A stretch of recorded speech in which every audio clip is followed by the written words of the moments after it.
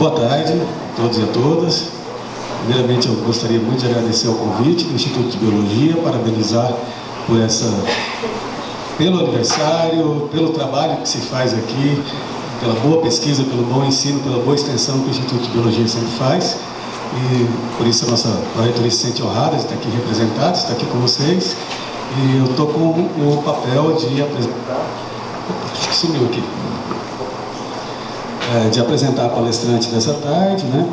Nossa professora Hanne Andersen, da Universidade de Copenhagen. A professora Hanne Andersen tem seu PhD em 1998, nessa área de interdisciplinaridade. Ela vem militando nessa área há bastante tempo. É uma área que, para a gente, é bastante importante. Recentemente, a nossa CAPES instituiu como ano de 2014, foi o ano da interdisciplinaridade, uma série de ações que se desdobram até hoje na nossa pós-graduação relacionadas com a interdisciplinaridade, desde a institucionalização até a avaliação, têm sido implementadas decorrentes disso. Então, o tema é mais que especial. Então, agora vamos ouvir a nossa palestrante, que vai falar sobre a interdisciplinaridade na Universidade do Século XXI. Obrigado.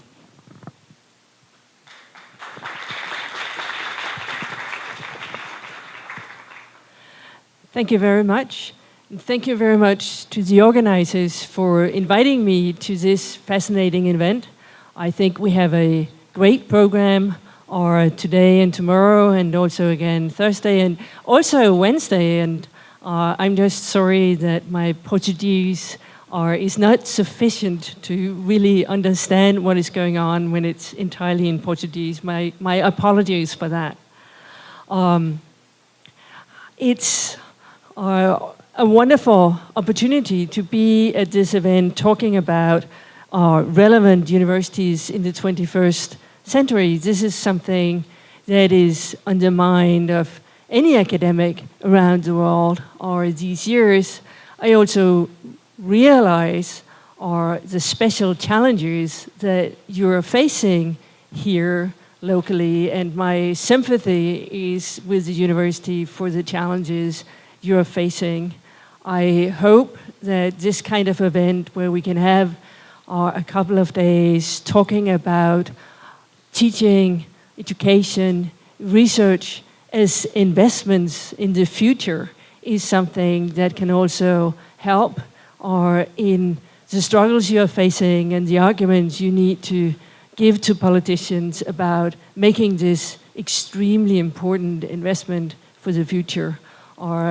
As I said, I feel with you and I cross my fingers that things will turn out to the better. My talk, I will start by saying a little bit about interdisciplinarity right now, the way it is seen by organizations, politicians, or institutions, and then I will give two historical examples. Interdisciplinarity has many different phases, and I will present two short historical case studies I have been working on to show part of the spectrum of interdisciplinarity. And then from there, move to a philosophical model for how to look at research and education in interdisciplinary areas. I come here as a philosopher of science and a philosopher of the kind who asks questions or all the practices we have. And I will raise questions as I speak, or I know that as an audience, getting questions from the speaker during a talk is not part of the standard contract.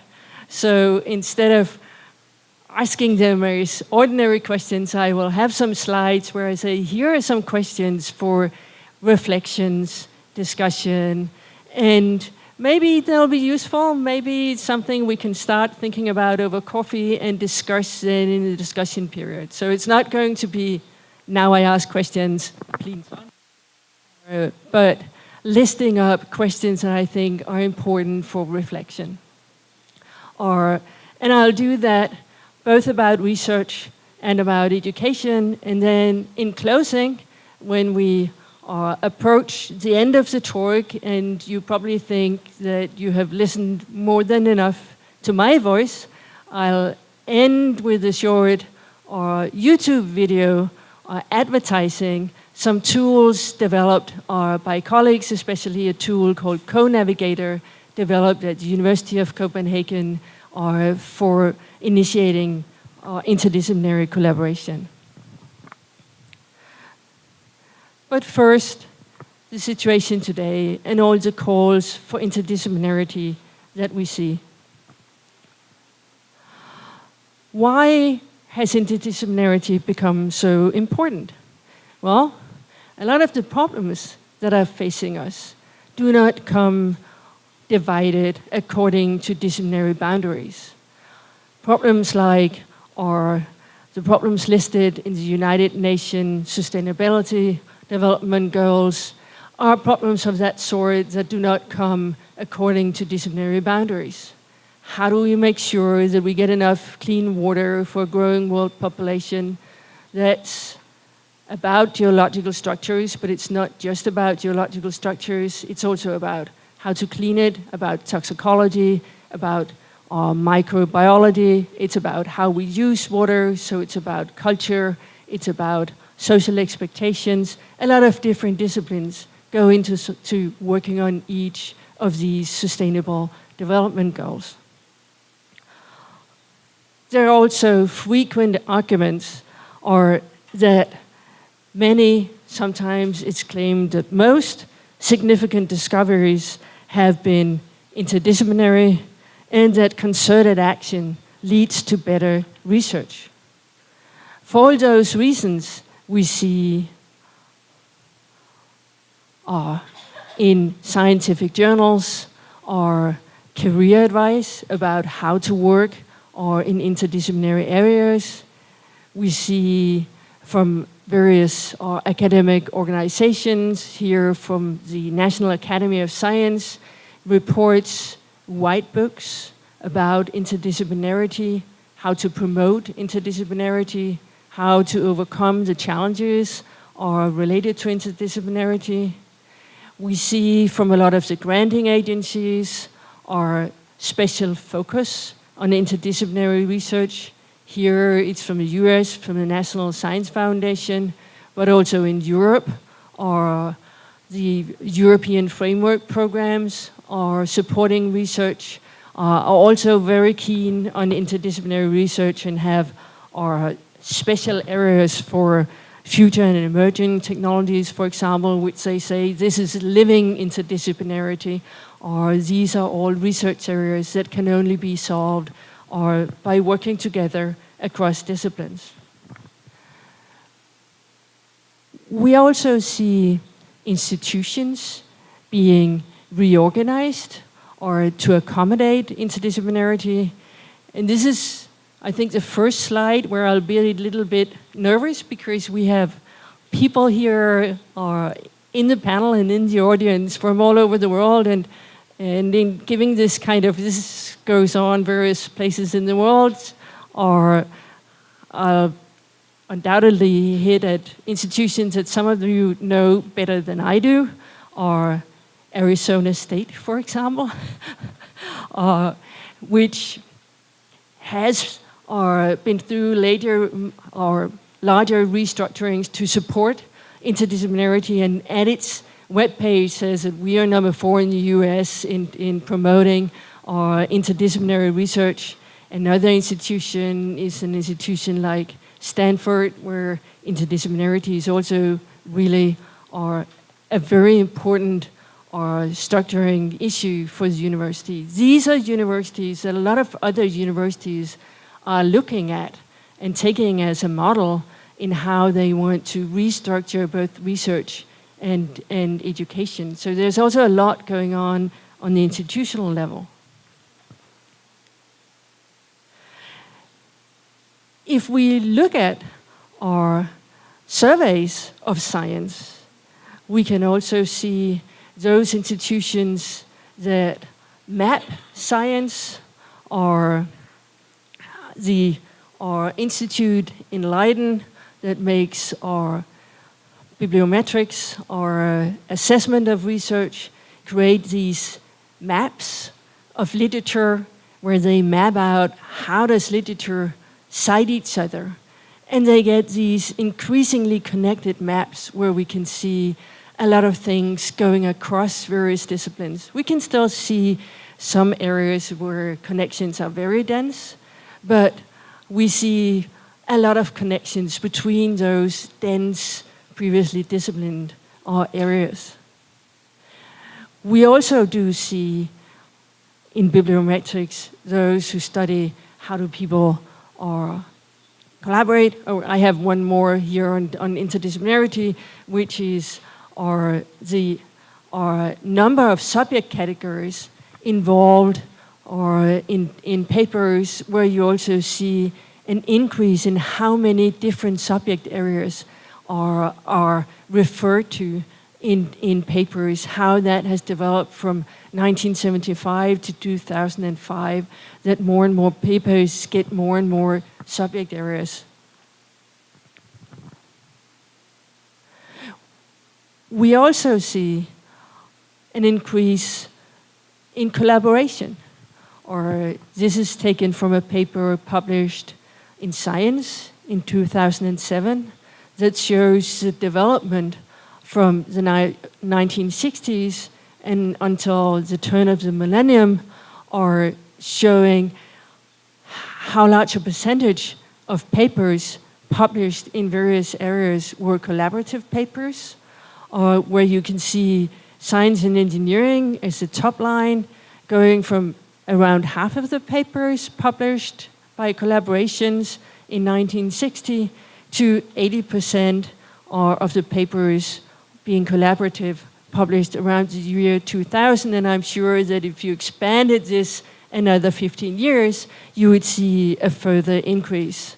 The yellow is social sciences, which is also steadily increasing. And then blue is arts and humanities, where there's still not as much collaboration as in the social sciences and the natural sciences, but I would actually like to see a survey of what has been going on the last 15 years, because I can see in my own country that there's much more collaboration going on now within the humanities than you had just 15 years ago.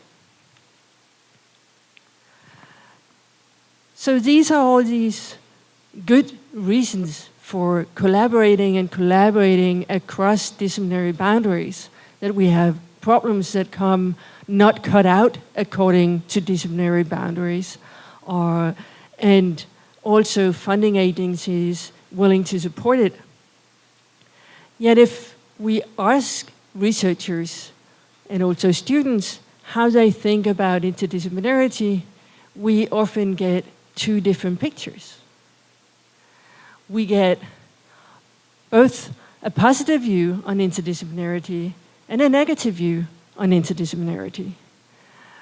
The proponents of interdisciplinarity, they'll often say that it's hard, or it's hard because it's time-consuming, or you need a lot of coordination, you need a lot of time to talk to each other, to learn from each other. They'll also say that it can be difficult to get funding, or when you submit an application that includes multiple disciplines, that means that you'll often face multiple reviewers. You're made more vulnerable because there's much more to criticize the more disciplines you include in your proposal. But they'll also see that it enables you to do things that you couldn't do alone. And that's why you want to do it. You can do different stuff. And then it's intellectually challenging, but intellectually challenging in the good way. You learn new things, and you can do new things. Now, the other side of the picture, by the critics, you'll hear critics say interdisciplinary research and education is of a low quality. people working in interdisciplinary areas have no real expertise. Students who are educated in interdisciplinary programs are not educated to the same level of expertise as the students in the disciplinary programs. They may say in interdisciplinary research there's a lack of quality control, or they're not so sure that when you submit something that is interdisciplinary that it will meet reviewers from all the various fields. They're concerned that there'll be stuff that won't be controlled, that there are things that will be published or things that will be funded that is not quite up to standards, or because it crosses disciplinary boundaries. And occasionally you'll also hear voices saying interdisciplinary fields that attract those who cannot keep up with the competition in their home discipline, so they go to these interdisciplinary areas where the quality is lower, the standards are lower, the quality control is not as hard.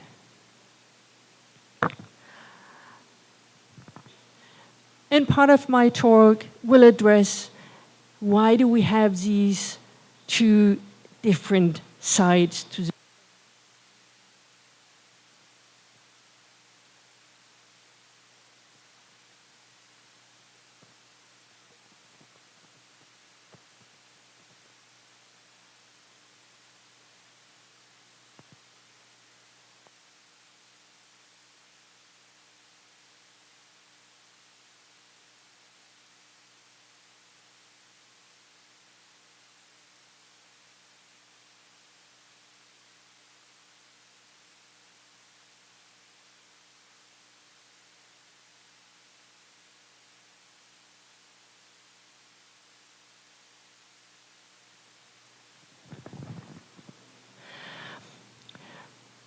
My talk will very much be about why is it that we keep having these two different pictures.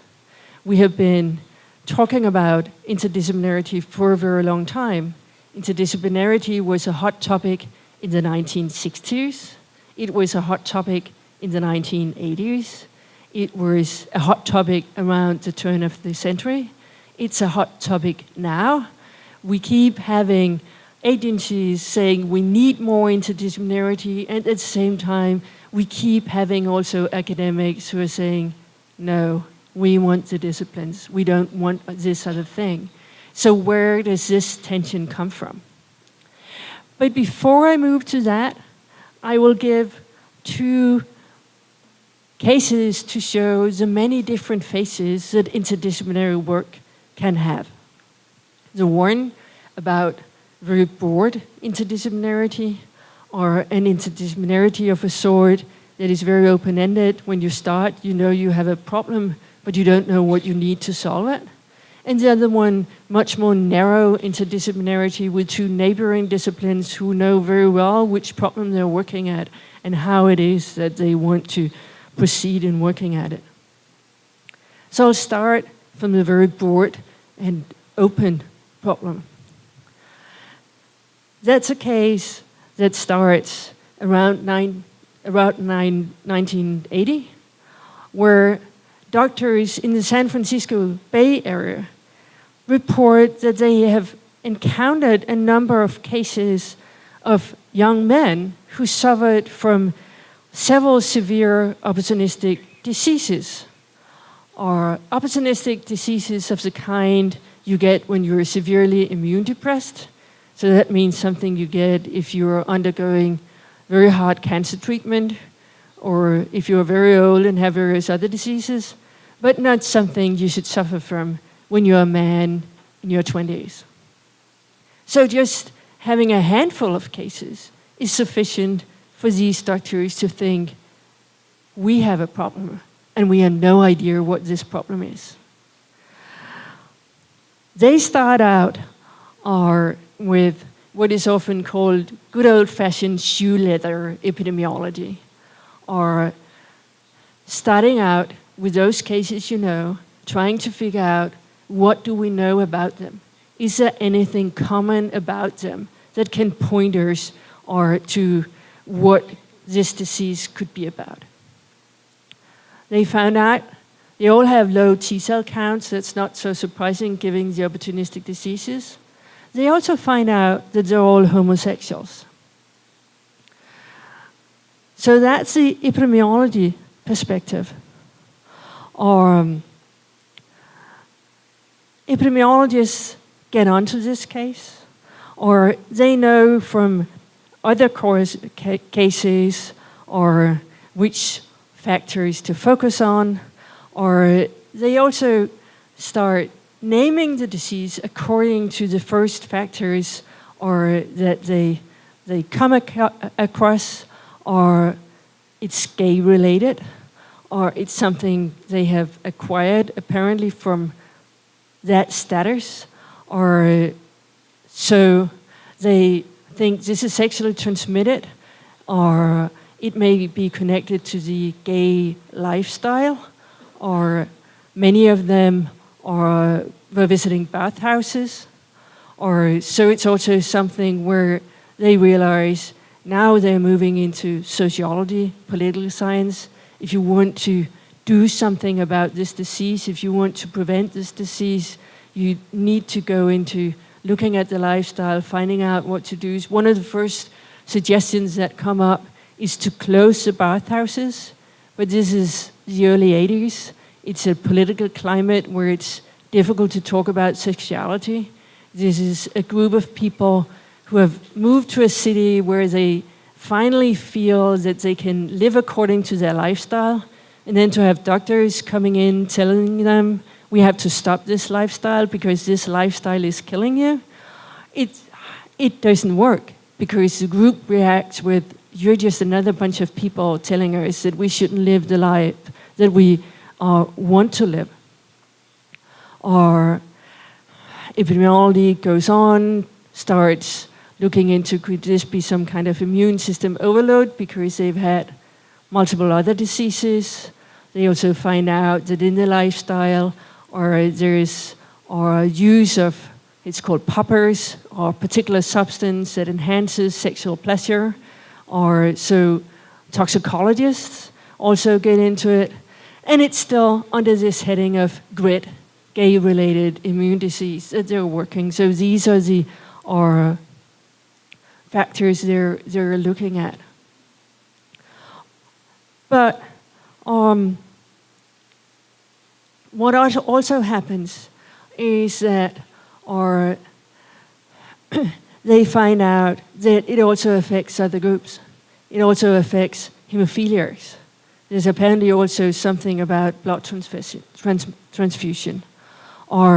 So focus changes. Focus changes to infectious agent. And the name of the disease changes.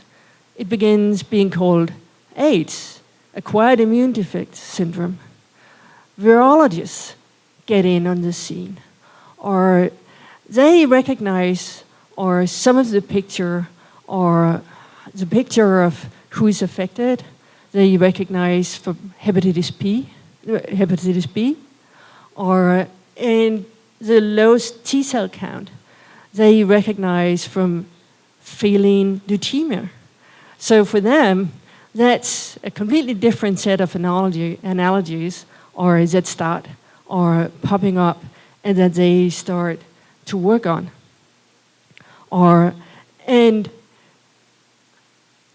they get interested in finding out, at that point, the first retrovirus has been discovered as an infectious agent, and some of these researchers, their focus is no longer necessarily on preventing the young men initially discovered to attract this disease, but to find the first human disease linked to retrovirus.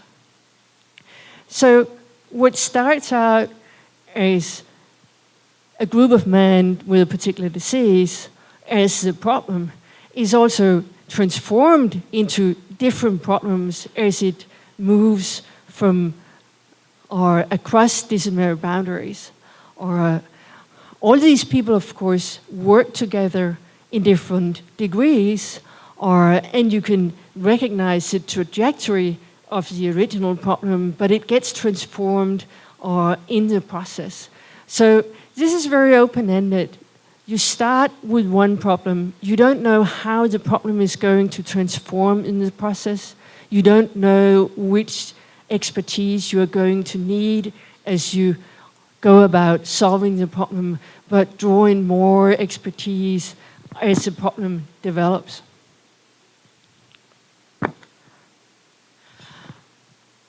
In doing that kind of work, I mean, this is a case that historians and sociologists of science have been very interested in, and they have made interviews with several of the people involved in this kind of research.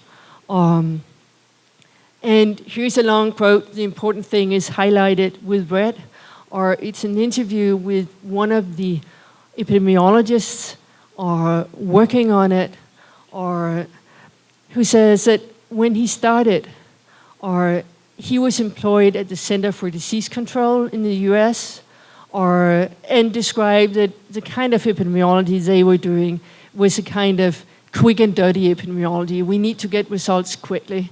We need to find out how to prevent new diseases, get the advice out there, get the disease prevention going out in the communities.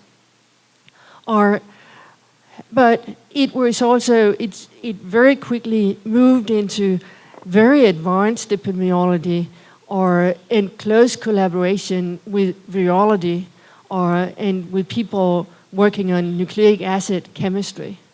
And he thinks that one of the benefits he had for that collaboration was that he had multiple training, so he was able to, as he calls it, speak both languages. And so he's saying one of the things we have today in science is this incredible specialization, each one of us with our own vocabulary within that specialty. If you can't speak it, you're lost. It's really like speaking another language. So this communication issue, that is one of the recurrent themes in analyzing interdisciplinarity, and one of the issues that a lot of literature revolves around, and has revolved around for a very, very long time.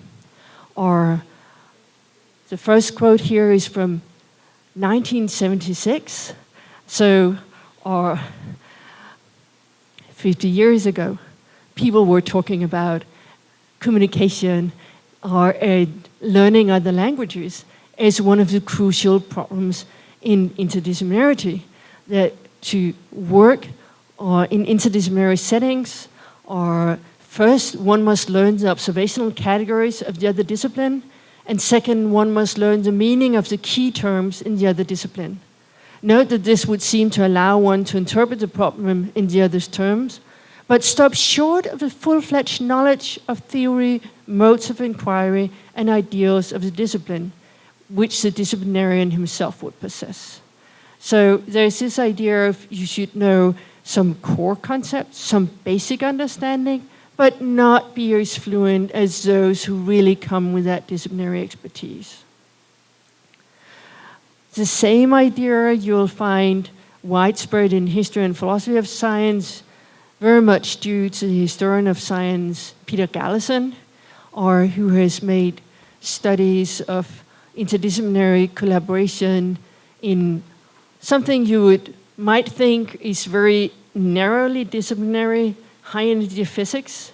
But experimental high-energy physics, if you go to the big accelerators, you have physicists, you have mathematicians, you have computer scientists, you have engineers, you have a bunch of different disciplines represented to make those accelerators work, to collect the data, to work on the data, to make the statistical analysis, to make the physical interpretation of what is going on. And the way he also describes what goes on is that when they communicate with each other, they speak what he calls a pidgin language, where they reduce mathematical structure, they suppress exceptional cases, they simplify explanatory structure, and they minimize internal links between theoretical structure. So there's one of the key ideas is this simplification that goes on in the communication. I think this is one important thing to keep in mind when we try to figure out why is interdisciplinarity hard and why is interdisciplinarity also often criticized. The other example I will present is from the 1930s, or it's collaboration between physicists and chemists in working on nuclear physics and induced radioactivity. In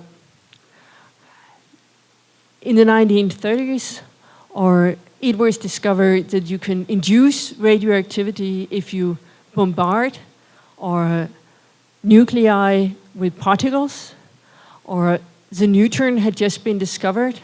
So very quickly, some of the physicists got the idea that if you bombard heavy nuclei, or if you bombard nuclei with neutrons, since there is no electrical charge, you can bombard any nucleus and just find out what happens. That starts out very narrowly defined as a physics problem, but at the same time, very explorative. This is a kind of case that really questions the idea of the scientific method as hypothetical deductive, or this is really, okay, there's something going on, we don't know what it is, let's simply try out. So what happens is, it's an Italian team that starts it out, Enrico Fermi and his team in Rome, they go around in the labs to all their colleagues asking for each and every chemical element they can get a hold on to simply try to bombard it with neutrons and see what happens. They very quickly focus on uranium, which at that point was the heaviest known element in the periodic table, because they find out that when they bombard uranium with a neutron, they can create an artificial element or artificially created element that is heavier than uranium. So they're creating new elements that didn't exist before, or at least wasn't described before. That is very fascinating and clearly something that brings you to the top of achievements. So they're fascinated, or they work very hard on it. A couple of other groups also take it up. So there's a rush between that group in Rome, or the Curie couple in Paris, and Hahn and Meitner in Berlin. There's a lot of physical theory guiding what they're doing.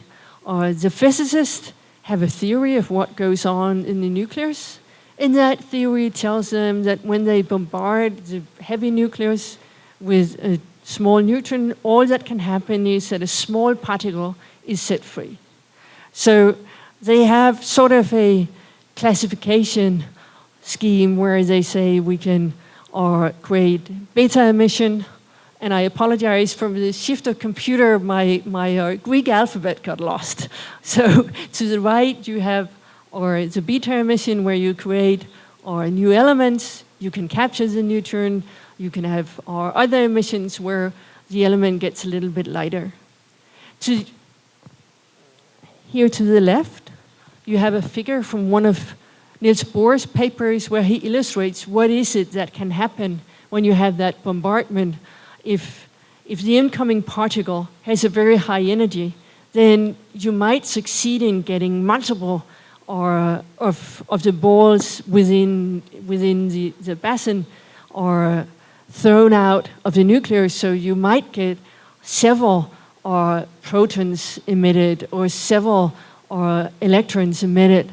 But that picture simply doesn't allow for such an idea that the nucleus could split. If you're thinking of this children's toy, there's no way to imagine that if you throw in a ball with a sufficiently high energy, that the whole wooden thing will go into two, and you have two smaller games afterwards. The idea is that the big nucleus stays the same, and you have small particles set free. They're collaborating with chemists who are doing analysis of the produced elements. they have, of course, the periodic system as their fundamental classificatory system, and there is a very close link between those systems, which processes are producing which elements.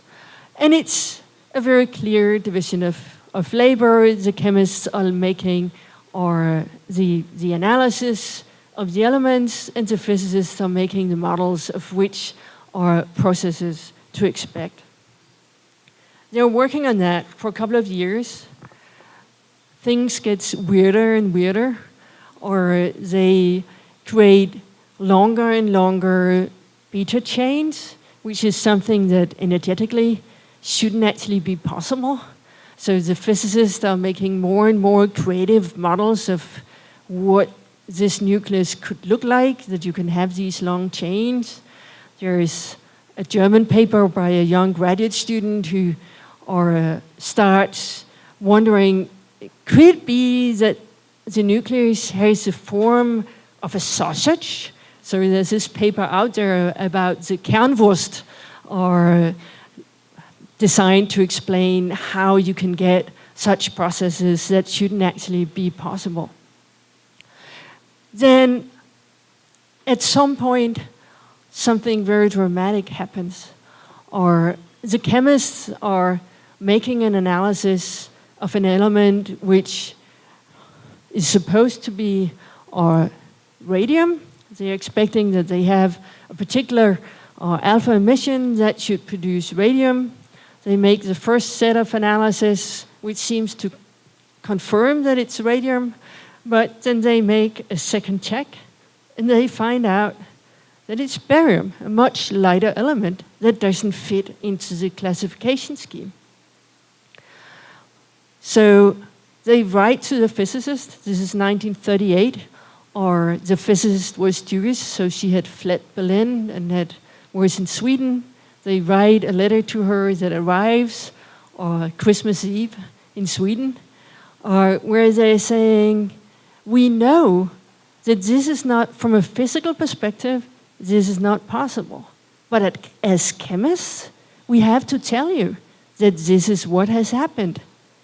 Please, can you figure out an explanation? The physicist Lise Meitner gets her nephew for a visit. They start talking about it, and this is also one of these cases that have been heavily investigated by historians and philosophers. So again, you have these interviews that you can find where they have recollections about what happened. And the nephew recalls, I'm trying to recall who did what, or it isn't easy, but it really was very much give and take. It was either Lisa or me who figured out roughly the energy that would be given to two fragments if they were pushed apart or by the electrostatic field. So one of them knows a lot about electrostatics, and here's the solution to that. And then Lise Meitner, who had the packing fractions in her head, worked out the energy which one might expect to be liberated and came up with a very similar number. So the other one has this other expertise. That got us excited because now we could see that it all hung together, or that this was possible. So they're sitting there, what do I know, what do you know, how can we put it together, or to make a coherent framework. What is not involved in this quote, but what is also very much involved in this case, is not only this give and take and what is it that we each bring into it, but also in this necessary integration are how is it that various researchers need to trust each other. Actually, when Meitner's nephew came to visit and she showed him the letter, Fischer's the nephew, his first response was, aren't they just mistaken? And Lise Meitner's response was, no, I know Hahn and Strassmann are very good chemists. When they write this to me, they're not wrong. This is what they have. So there's also this issue of getting a result from somebody else, not being able to check it yourself. It's outside your area of expertise, and you need to decide if you trust it. This kind of, and in this case, a result that is disturbing. How is it that you bring disturbing results across? Whereas the immediate response for many would be like, first, aren't they just mistaken? We cannot accept this problem in our framework, send it back. And somebody else who says, no, I know that they know what they're doing. We have to figure out where the solution is in our discipline. That kind of negotiation, when you get into serious problems, which discipline has to take the problem, is also one of these things that can make interdisciplinarity challenging and which we need or to consider. I think a third thing that comes out of this case is that there's a lot of emphasis when we talk about interdisciplinarity on integration, that true interdisciplinarity integrates. And there is also a literature out there saying, well, the natural sciences, they're so rooted in their paradigms that they cannot integrate. That will always remain multidisciplinary. I think a case like this shows that you have a lot of very, very interesting things going on where there's not an attempt to integrate physical and chemical theory. There are some links between the concepts in the two disciplines, which produces very, very valuable research that goes across disciplinary boundaries. So you have this kind of work that really can create something groundbreaking without aiming for an overarching integration into or a new theory that will be transformative for those disciplines that it came from. So you will also probably realize during my talk that there are different views to the distinction between interdisciplinarity and multidisciplinarity. For some people, that distinction is very, very important. For me, that distinction is not very important. Those may are different points on a continuum, but it's not something that I see are different in kind. So these were the two examples. Now, let me move to a philosophical model on how to think about interdisciplinarity and how to overcome some of the challenges. Or when we look at research today, I would say that we have to look at various spectrums, or from the disciplinary to the interdisciplinary. Or some research is very highly disciplinary and works with a particular set of cognitive or resources, and it can become more and more and more interdisciplinary, but I see it as a spectrum rather than as two different kinds. The same way, you will have some research where people work alone, they're epistemically independent, and you'll have a spectrum working more and more and more together with others, being more and more dependent on others.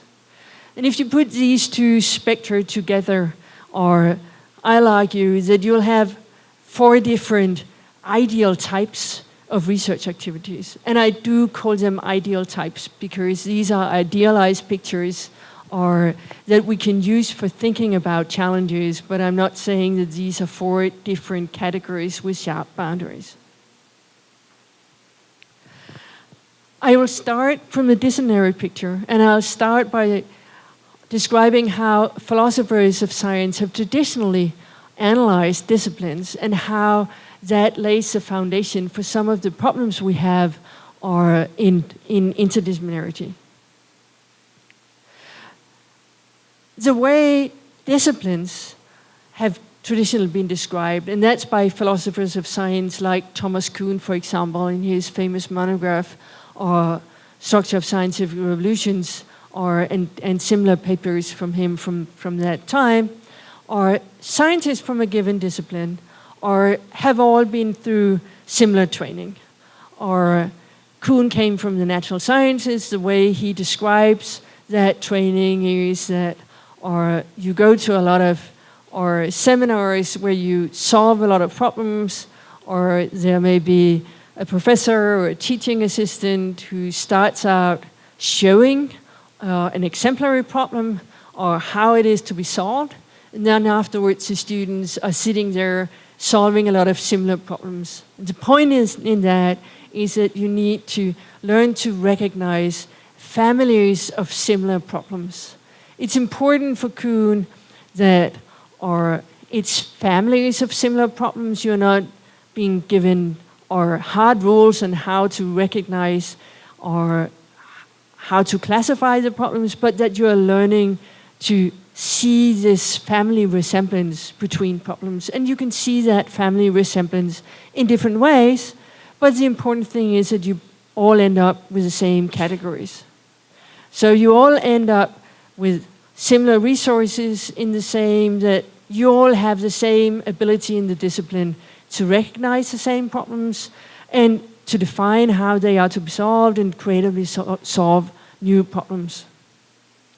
That means that the people who come out of that kind of training are equally capable of recognizing new research problems. In principle, they should all be capable of recognizing the same questions. In principle, they should all be able to assess what to accept as solutions. Or, of course, in reality, some may solve it quicker than others, but in principle, it's an education towards making them all autonomous and all similar, all tokens of a particular type.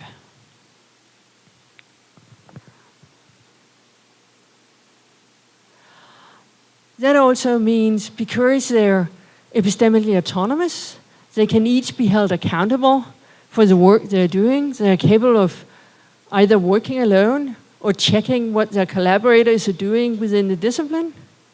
And they can also provide a community-based quality control. The referee process, you can take one of these samples of people in the discipline and put in as a reviewer, as proxy for the entire discipline or assess the paper. So from this picture of an education that produces people who are highly similar, you get this idea of the individual accountability and the community-based quality control. That's what I have called in my publications the disciplinary legend.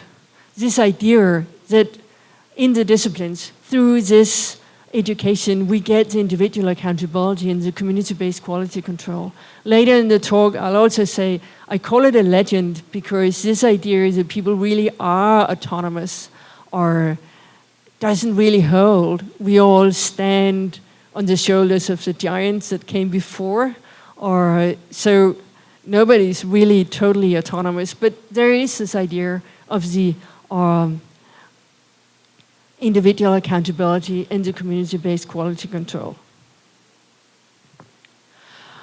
What also comes out of that picture is what Kuhn called the essential tension, that this kind of training where people learn to recognize similarities, but may learn to recognize similarities in each their own way, but for a long time recognize the same problems and use the same solutions, has special epistemic benefits for science. First of all, that kind of convergent activity that goes on within the discipline, or as Kuhn says, no other sort of work is nearly so well suited to isolate for continuing and concentrated attention those loci of trouble or courses of crisis that can bring about revolution. So the fact that people are working in similar ways on similar problems means that science is immensely efficient, progresses very quickly, because we know what we're doing, we know the tools we are using, we are not retooling all the time. That makes science progress very quickly, solve problem after problem after problem. At the same time also makes it very recognizable when we run into problems. And the other side of it, the fact that people learn by family resemblance and may therefore recognize that resemblance in different ways, also creates latent differences that become manifest when a crisis appears, and enables people to react differently to crisis, enable that different people can then, once you start challenging the accepted tools, different people come up with different solutions. So that kind of tension between being very conservative and at the same time enabling that revolutions can occur is also part of this disciplinary legend.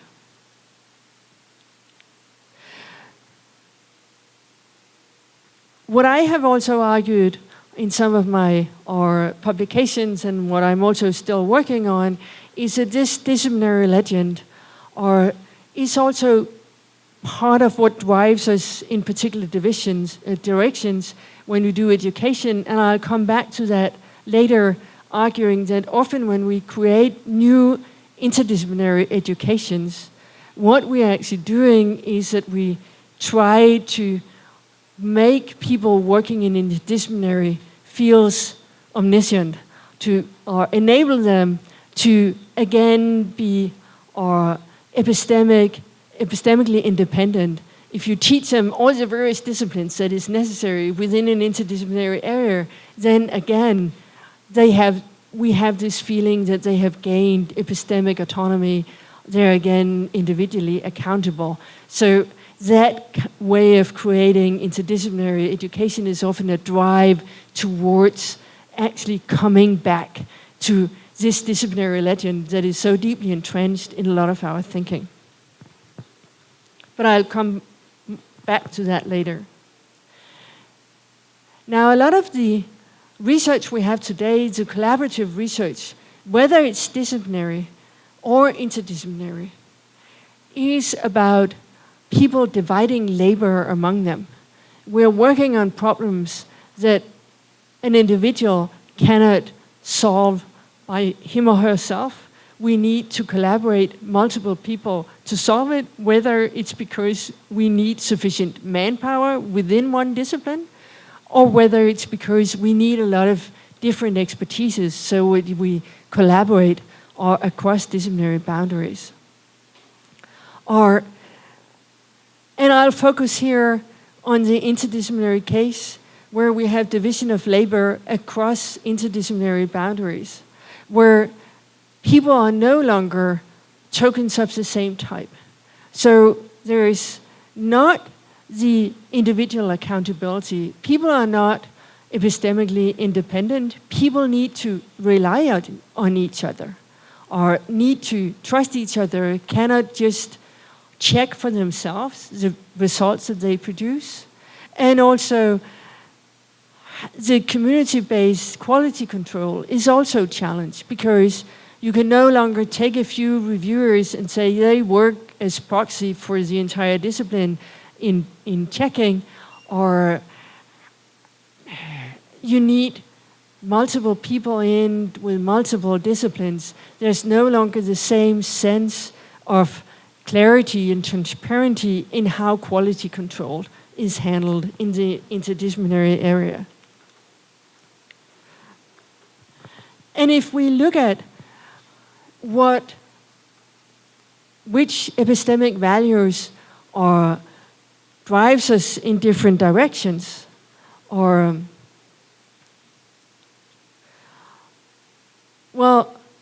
we do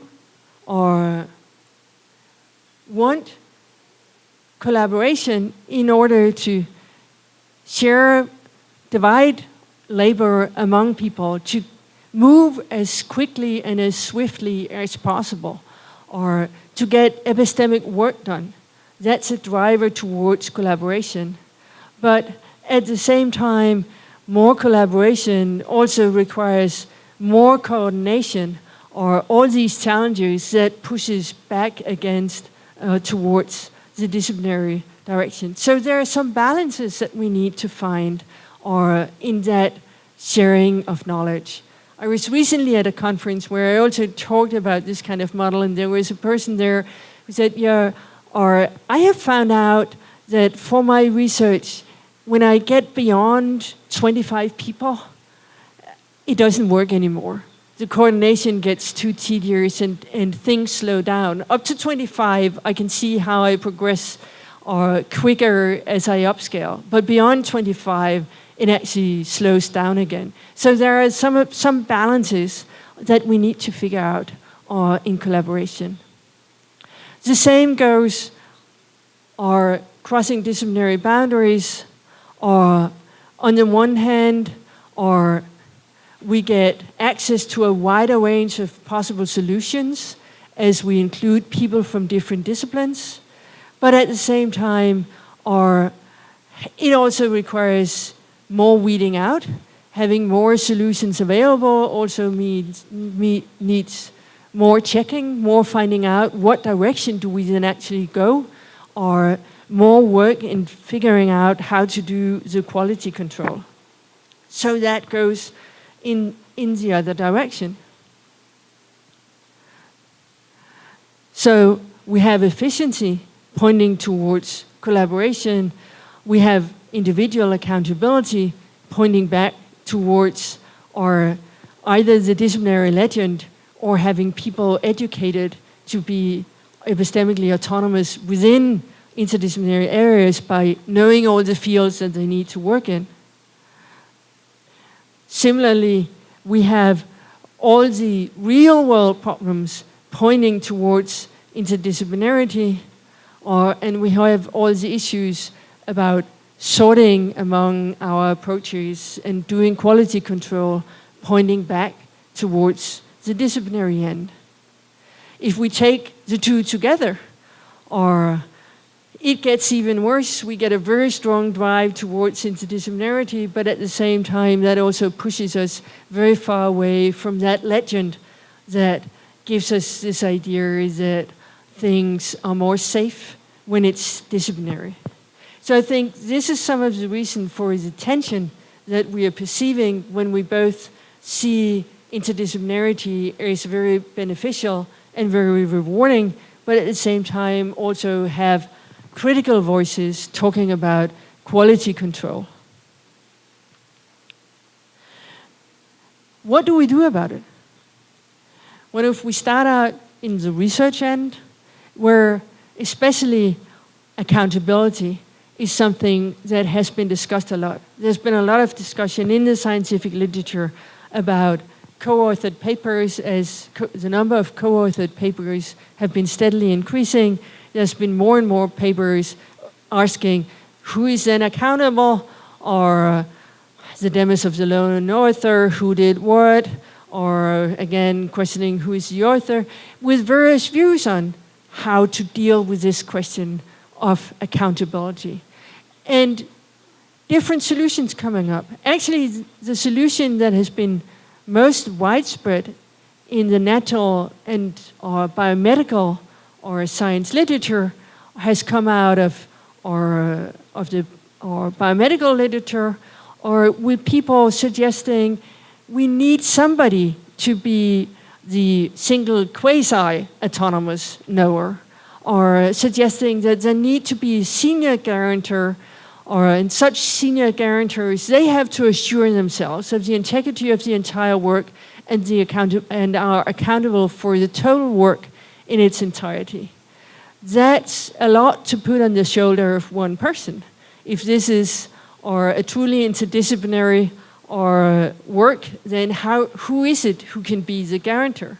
And this comes out of a literature that discusses, sometimes it's about expertise, sometimes they're discussing that a physicist cannot be held responsible for what a chemist has been doing. Sometimes it's about witnessing. Somebody from the US cannot be held accountable for what somebody did in Europe or Asia. Sometimes it's both at the same time.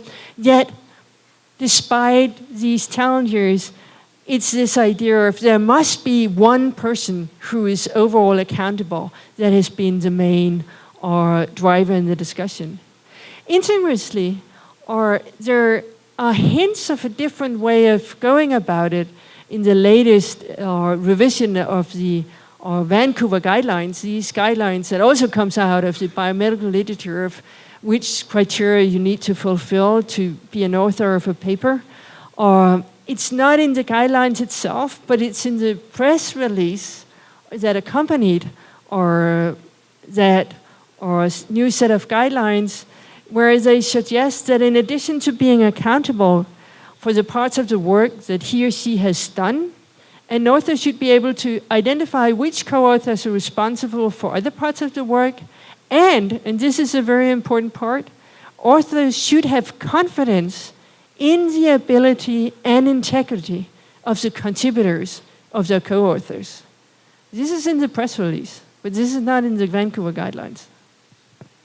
That would have been interesting, because what I think we need to think about in interdisciplinary research to overcome this criticism of accountability of quality control is to look at how is it that we are depending on each other's expertise when we collaborate in interdisciplinary work?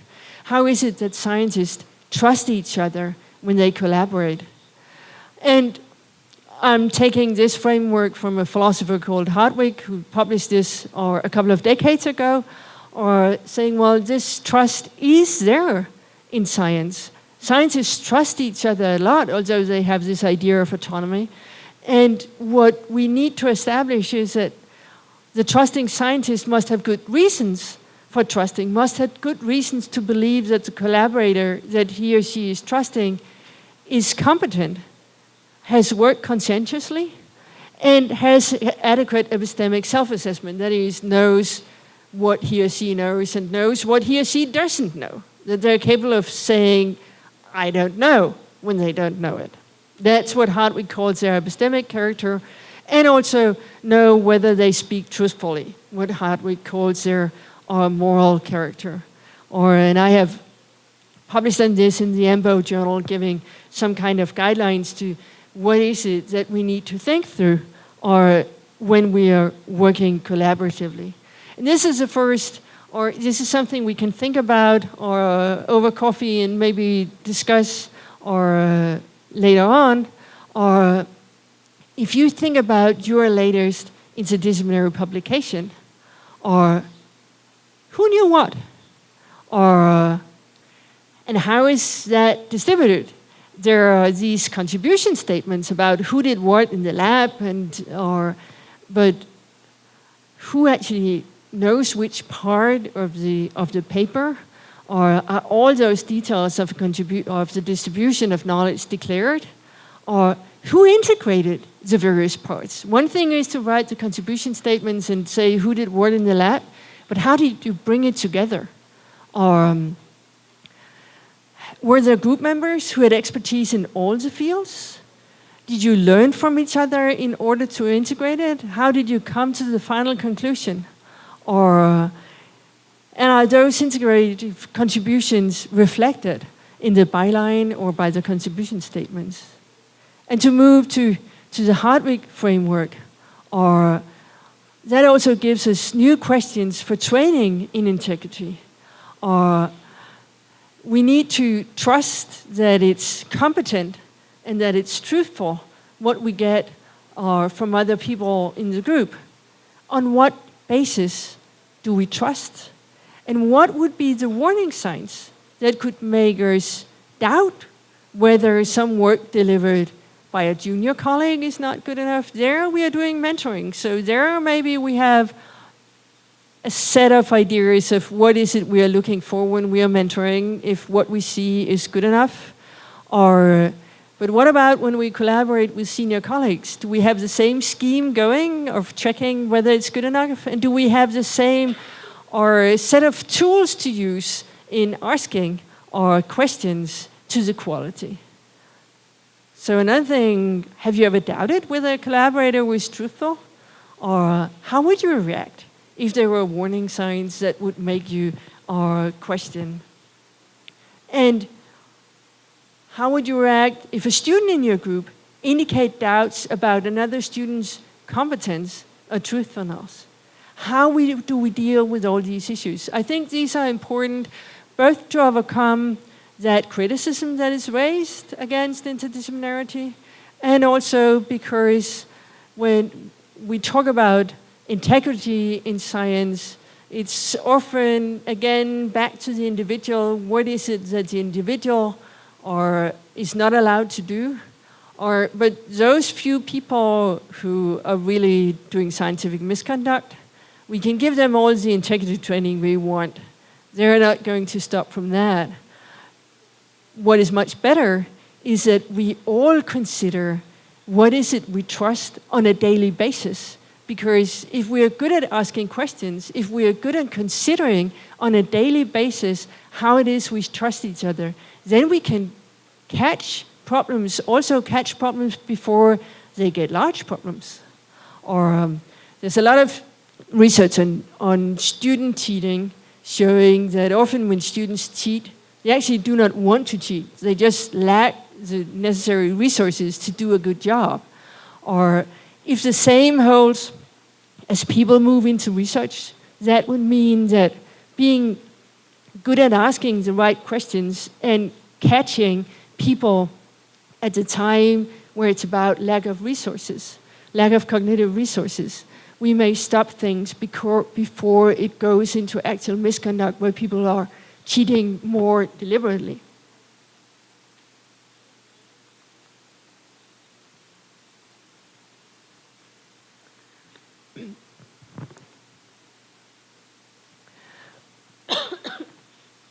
Another issue when talking about interdisciplinarity is that we also need to find these partners. That's also an area where a lot of politics is going on. My own university at the moment is building new, highly expensive lab buildings with a special kind of infrastructure, with a huge shared canteen to make sure that people meet each other over lunch. Or they're making special professors' dinners to make sure that the senior faculty get together and meet each other and talk, with the expectation that when we meet each other, accidentally, we'll come to sit next to somebody who works on a problem where we actually happen to have something interesting to say, and we form an interdisciplinary collaboration. There are other areas where it's less accidental, or the EU in their funding scheme, where they want collaboration or including as many countries as possible.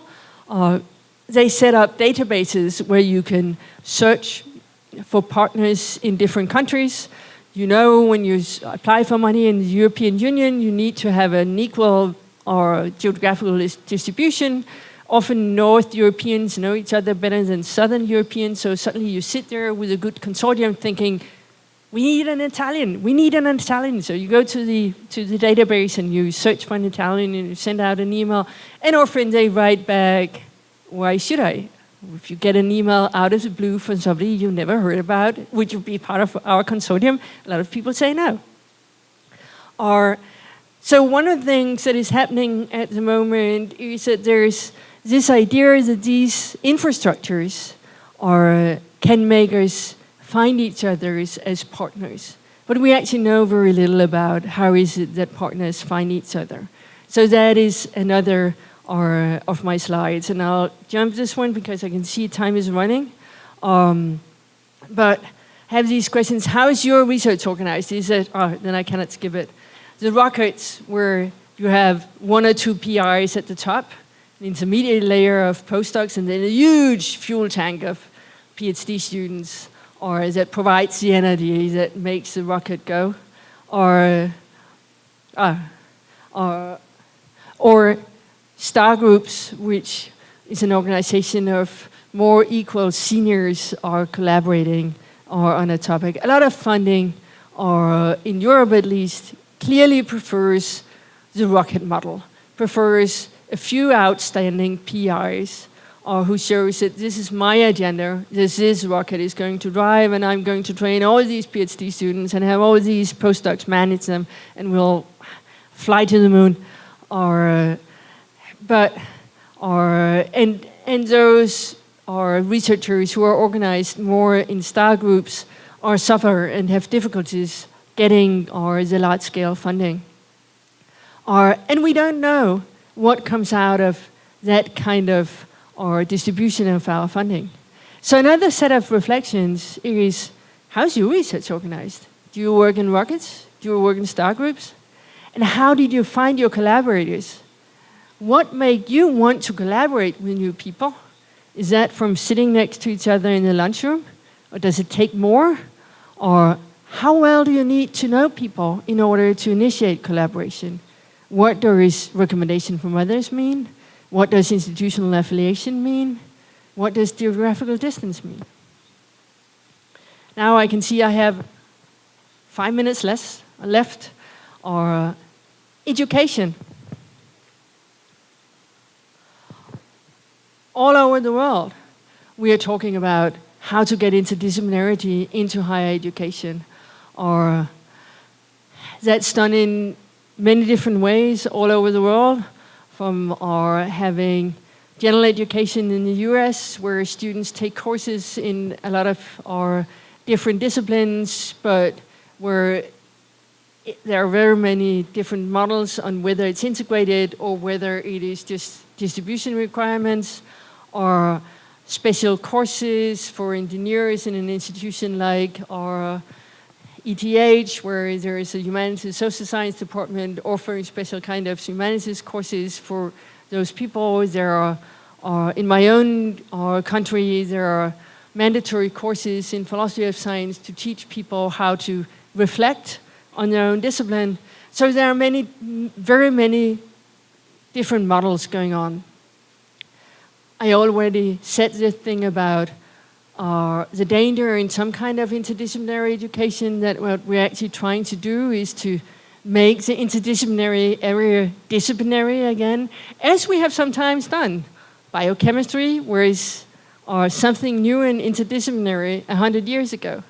Or molecular biology was something new and highly interdisciplinary, or in the 1930s and 40s. They are both now disciplines with their own programs, which we are in many places consider disciplinary programs. So it's something that we have done a lot throughout history.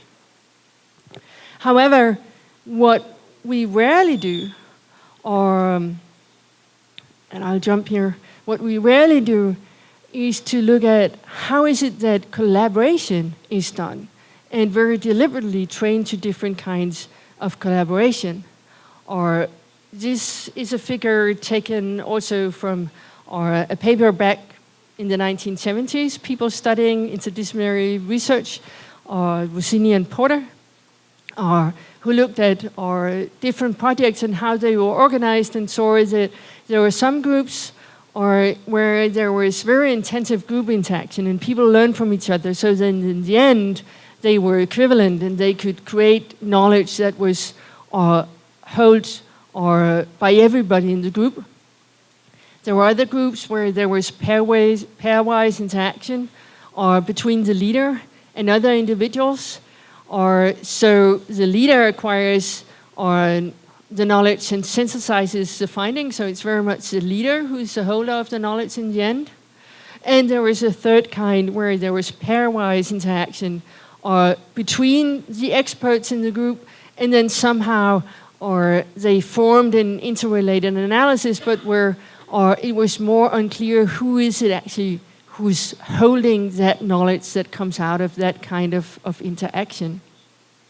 I think in a lot of interdisciplinary programs, often what you do is that you focus very much on the intensive group interaction. I can see from the universities where I have worked that when students are required to make interdisciplinary project, for example, and they are asked to submit a report, each student needs to be able to answer for the entire report. It's very rare that you have a setup where you say, okay, we take a student who is an expert in this and a student who is an expert in something completely different, and you ask them to collaborate, and you teach them how it is that, what is it that you need to trust each other, how is it that you collaborate your trust, etc. Instead, it's very much this intense group interaction until they can each of them answer for the entire product. So there's something about thinking, are we training the students to master it all themselves, or to be able to collaborate with other experts and finding out how is it that you communicate across the borders, and how is it that you calibrate when to trust other people, how is it that you find out whom to work with, or etc. So that's the other set of issues for reflection and discussion. I'd like to know how interdisciplinary research is structured here. I know a lot about how it's structured in those universities where I work myself, but I'd like to know more about how it's structured here. And our students here trained to become what the English call jacks of all trades, but for Master of One. I've been involved in a couple of interdisciplinary educational programs in Denmark, where the first 10 years or something, the students were very, very afraid that they were becoming experts of nothing. They could see that, I mean, the nanoscience program, they could see that the physicists would know more physics, the chemistry students would know more chemistry, the biology students would know more biology. So they were continuously challenging, what is it that we know as nanoscience students who get this mixture of physics and chemistry and biology, but none of it at the same level or as the others. And it took 10, 15 years until they could see what was it that was their disciplinary identity. And our students here trained to become experts are capable of collaborating with other experts. I know that I have now gone into the coffee break, so this is also the end of what I will say, but I will end putting up a 2.5-minute video advertising a tool that has been produced by some of my colleagues, a tool called Co-Navigator, where they're presenting how that tool can assist interdisciplinary collaboration. And I think that it is loading right now. I hope that it's loading right now. Sorry, it didn't transfer with the transfer of computer. But here's their webpage. They have made a tool for how to start up new interdisciplinary collaborations, or how to find out, or how to make a joint topography of the interdisciplinary area that you're going into. What is it you each see as the important things? How do you make your topography shared? How is it you find out what are the most important problems? How is it that you see the connections between the problems? And what are the various expertise that you can bring into the problem solution? So it's to facilitate that dialogue in mapping out the area, mapping out the various competences that are needed, mapping out how to see the connections between the core elements from the various disciplines, and map what are the most important topics. It may be that I can get it to work and I can show it during one of the coffee breaks tomorrow, but thank you very much for your attention.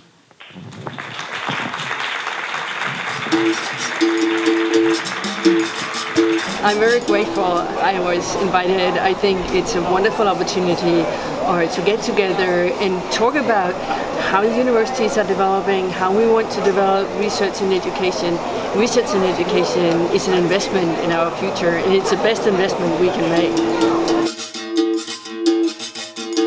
Vamos então dar continuidade. A gente vai agora para o bate-papo, o debate. Nós vamos ter um misto, né, de quem quiser fazer, quem não está tão habituado, a gente ainda não vai receber por WhatsApp, mas vai receber por escrito, né?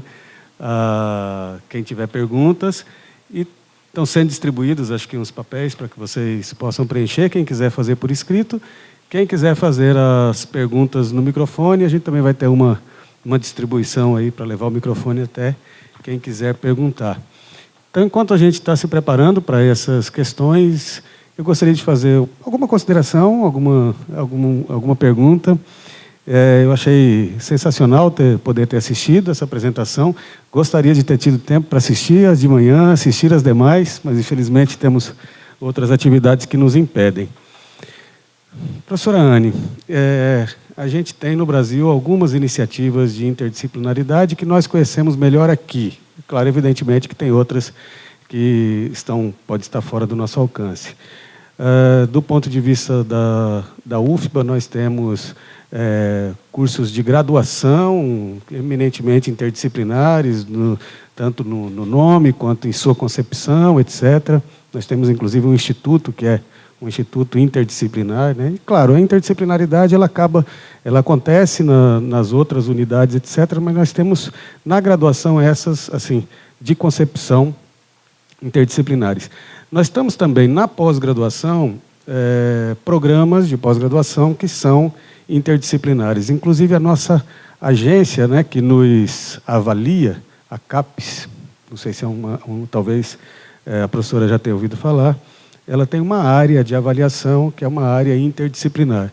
E o Brasil adora avaliar.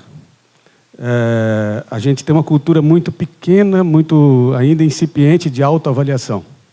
Eu sei que, por exemplo, os países nórdicos, especialmente a Finlândia, e outros países têm um avanço muito grande em avaliar a autoavaliação. A gente ainda não está nesse nível, né? A gente entende que deve ir um pouco mais para isso. Mas, quando a gente pensa na formação das pessoas, do ponto de vista interdisciplinar, aqui no nosso país a gente enfrenta ainda alguns desafios grandes. Por exemplo, como montar um programa ou de graduação ou de pós-graduação com uma concepção interdisciplinar, com vários dos conceitos que a professora apresentou aqui, como fazer para que esse tipo de iniciativa não seja apenas uma grande, como a gente chama em português, uma grande colcha de retalhos, né? Uma grande mistura de pessoas que estão ali juntos, mas que esse entrelaçamento, essa necessidade desse trabalho em conjunto, não necessariamente ele é visto assim já de início, ou seja, quais são, o que a professora recomenda para que a gente possa ter sucesso, ou quais foram as iniciativas que vocês fizeram que levaram ao sucesso de vocês na formação. A gente tem muitos exemplos aqui dentro da nossa instituição de críticas durante o processo avaliativo de programas nossos que são interdisciplinares, mas que na verdade, são apenas uma junção de pessoas de diferentes áreas e que ainda precisam avançar para esta formação interdisciplinar. Aproveitar essas vocações, fazer essas comunicações, essas conexões, aliás, e você ter uma formação interdisciplinar. A gente vem de uma formação disciplinar no país. Para a senhora ter uma ideia, a gente tem aqui conselhos que nos avaliam, que nos fiscalizam, conselhos profissionais, que nos fiscalizam do ponto de vista disciplinar, né? Nós temos concursos que são disciplinares. Então, você tem um concurso, uma seleção para alguém ir trabalhar numa determinada universidade, que ela tem que ser, você tem que ter aquele perfil disciplinar de graduação, mestrado, doutorado. E quando você tem alguém com uma visão, uma formação mais interdisciplinar, isso é muito bem visto, mas não é muito bem avaliado. Você tem dificuldade para um concurso, por exemplo, para alguém que tem, pegar como, por exemplo, um doutorado numa área interdisciplinar. Né? Diferente de ter um doutorado em biologia, doutorado em botânica, doutorado em ecologia. Né? E aí você tem uma dificuldade da própria sociedade, do próprio mercado ver isso, e esses órgãos também que, agora falando para a graduação, esses conselhos profissionais que também limitam muito, né, a atuação. Então, isso também faz parte da nossa cultura, né, e eu acho que a gente tem esse desafio de duas fases. Um primeiro, de como construir bons programas dentro das instituições, e um segundo, de como inserir essas pessoas no mundo lá fora que tem uma visão disciplinar.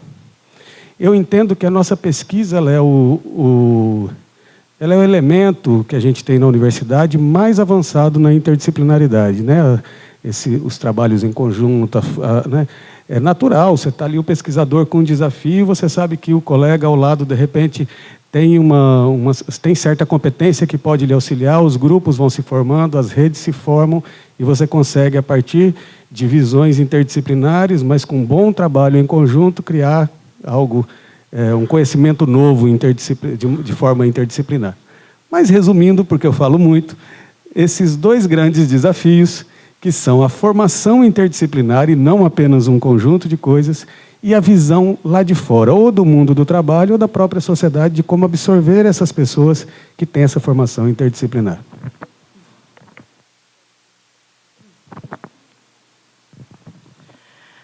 Thank you for two good and big questions that we are all struggling with. I mean, you are specifically for good examples of something successful. I'll start out with the opposite and giving a short example of what I have learned one should not do. I was chair of the committee that created the interdisciplinary master program in public health at the University of Copenhagen 15 years ago. And like many other interdisciplinary programs, the reason that program came about was because there were different kind of people who wanted to sort of intellectually reproduce. It was the people doing social medicine, and it was the people doing research into healthcare systems, and it was the people doing research in healthcare economics. Each of these three groups had independently thought, now we are going to create an education in public health, and I'm going to reproduce. So, first of all, we had three different groups of researchers being immensely disappointed because they wanted to reproduce themselves, but they didn't want to reproduce the others. So initially there was this struggle of, so this education, is that an education in social medicine or in healthcare systems or in economy? And it took a long time before they sort of dismissed that struggle. And I think in a way it took these 10, 15 years until the first students had been produced who went out there with their new identity and worked and created the profile. At the same time, that whole process made me immensely frustrated because when I was sitting at that board, there kept being people saying, oh, but the new interdisciplinary identity is going to grow out of the student projects. And I kept saying, if we can't, as teachers, define it, how can we put that on the shoulders of the students? And I think that kind of thing happens in a lot of interdisciplinary programs. So step number one is to be much more transparent about what kind of program is it actually that we want to create. Take seriously that those programs, you cannot reach a full level of expertise in all the involved disciplines. So also be very transparent in where is it that something intermediate will have to do and will have to suffice, and it's okay, because in those programs often there's a lot of struggling going on and fight between different disciplines who all want the students to become almost full-fledged in their discipline. And we need to solve those problems transparently, find out Gallison's concept of pigeon, where is it that we are making courses, training them in pigeon instead of the full-fledged language, and taking those decisions with open eyes. I think that's a very important part of it. And I think when I showed this advertising of the co-navigator, that is part of what they're doing with that tool, is to help people map out a joint topography and forcing people to decide jointly, so which are the most important problems that we want to address or that we want our students to be capable of solving, and what are the tools they need, the students, to be able to solve these problems, and use that for focusing the education. Then the next question is, once people have those educations, how do they get jobs? And especially, how do they get jobs at universities?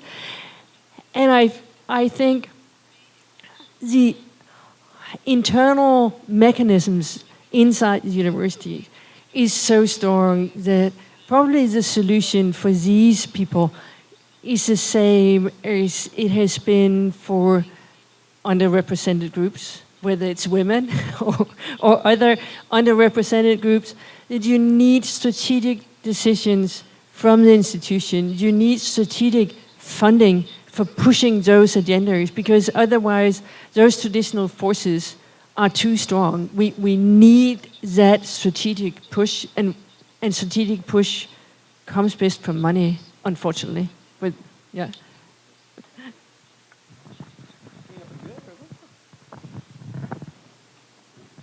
Alguém quer falar?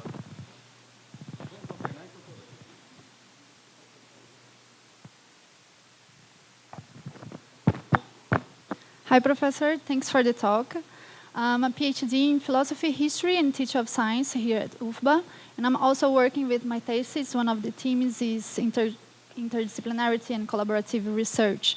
So I actually have two questions for you. I'm more concerned in the first question with the pragmatic aspects of interdisciplinarity. So the first one is, we know that interdisciplinarity is a social practice, and as such is inserted in a larger context that inevitably is full of prejudice and vices. Prejudice and vices, for instance, patriarchal institutions. So, thinking about this, I was wondering how to do an interdisciplinarity work that is free of racism and misogyny. How to practice an interdisciplinarity with a feminist and an anti-racist perspective.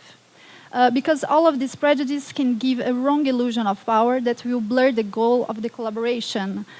So how to overcome these challenges in the interdisciplinary practice as well as in the education.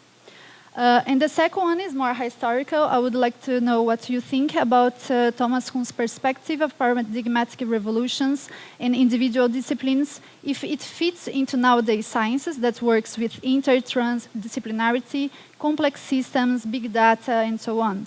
Do you think that is it still possible to think as Kuhn used to think individual disciplines? Do you think we need a new definition of what science is? Do we need a new reading of Kuhn's perspective, and so on? Or this need for inter and transdisciplinarity already is a sort of paradigmatic revolution as well? Parece que isso aqui está funcionando, tá? Hã? Não? Thank you. Again, two very rich questions. The model I presented has only two dimensions, but science has many more dimensions than those. One of the dimensions that is clearly lacking is a power dimension, which needs to be included in this picture. This is something that is still very much work in progress. But definitely in interdisciplinary research, a lot of the early literature about how concepts could be interlocking, how you could create interfield theories and whatever else we have of philosophical models of how we can put different frameworks together, are described without any power balances included in it. And we need those power balances included in our models as well.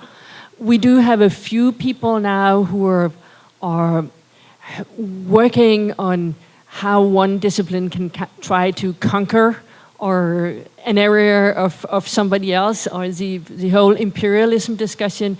And definitely we need to go there. We need to find out how those power relations also play a role. But in philosophy of science, we have only just started. And we need the whole repertoire of social epistemology, and we need a lot more. Earlier today, there was also talk about emotions. Those issues are also very important. Or when I talk about our collaborators trusting each other, I'm sure that emotions come running in as well. So these are very, very good questions. I don't have the answer yet.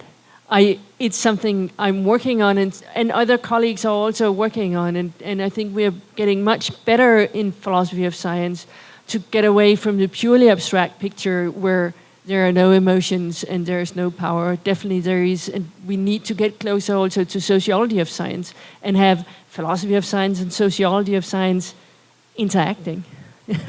Yes. The other question was how I perceive Kuhn today.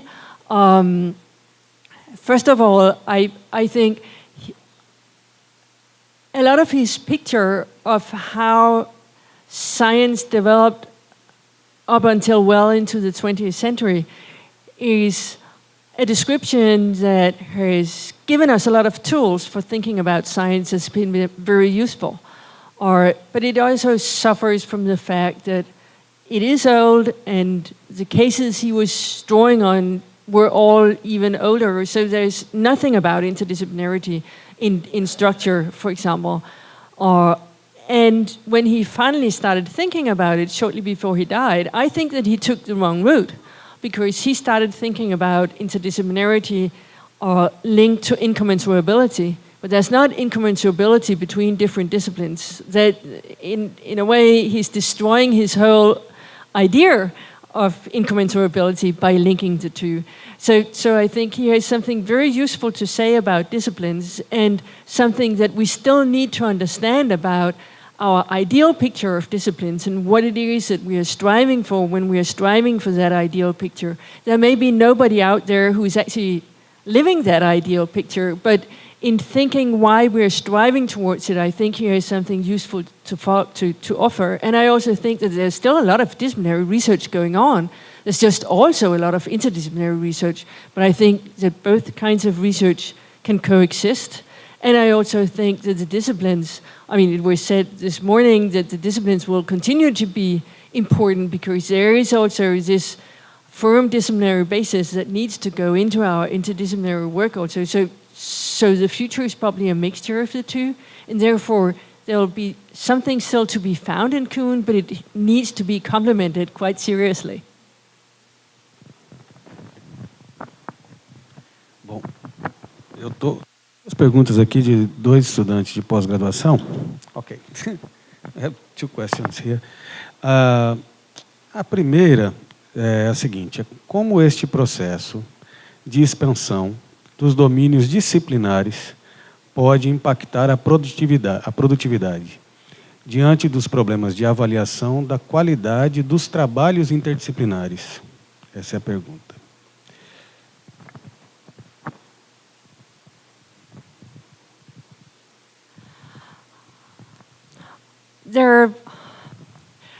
I think what is needed is that we get very explicit about thinking about the balances involved in interdisciplinary work.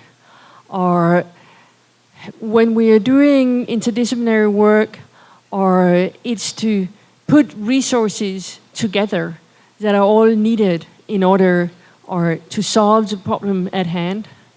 And there are different ways of doing it.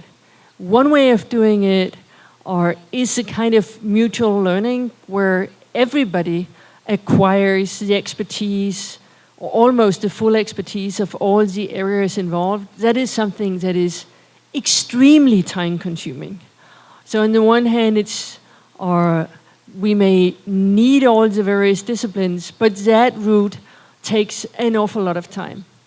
The other route is to share labor among us, and give up the epistemic independence. That still requires a lot of coordination. A lot of interdisciplinary researchers will report that the kind of coordination you need is higher for interdisciplinary research than for disciplinary collaboration. You need to ask more questions into what it is you are getting from other collaborators. You need more time to find out where is it that your concepts connect, where is it that your theories connect. So there is still some learning involved, and there is still some coordination involved. And from that perspective, the division of labor does not only affect productivity positively in the sense that more hands can accomplish more things in the same amount of time, but it also detracts due to all the coordination. And there will be some researchers who say there's a limit to how many we can collaborate. Then suddenly the coordination job extends the benefit of being more hands, and suddenly we actually slow down from all the coordination we need to do. I hope that answered the question, or if not, let's also talk afterwards. I'll be happy to continue in more detail. Alguém quer fazer uma pergunta oral antes da gente passar para a próxima inscrita?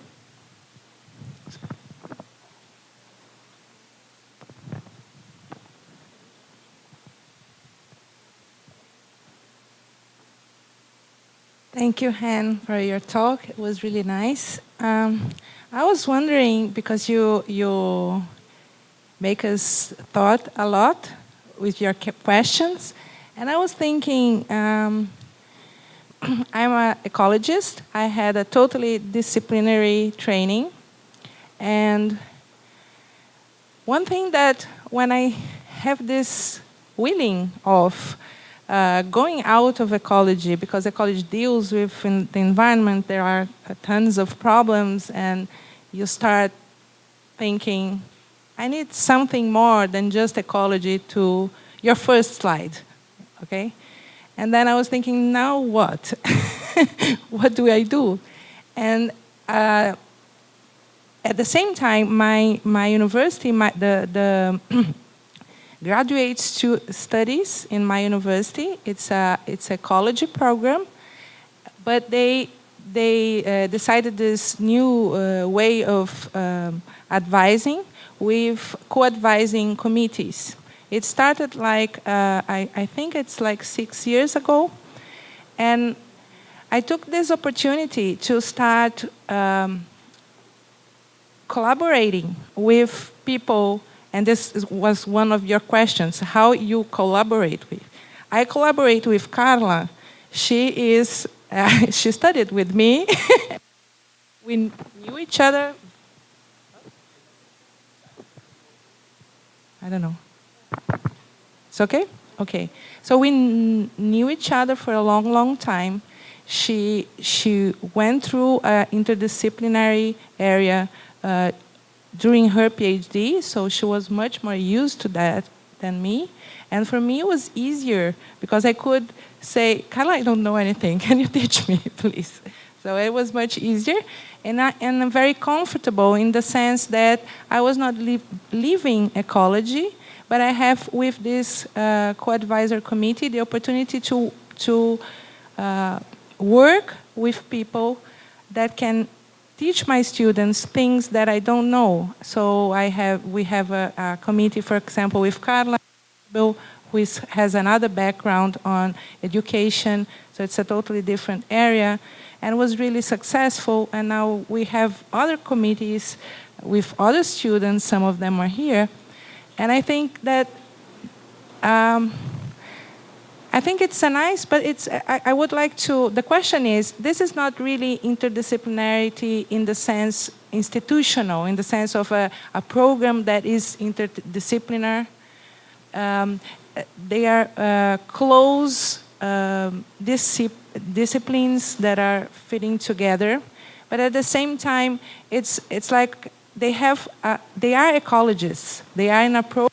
Ecologists, they are doing disciplines in ecology, they know ecology, but at the same time they are getting some other perspectives. So it's more like as spreading from a discipline to another and not really putting two disciplines together exactly. So I just would like to know what you think. How does this fit in the story or something?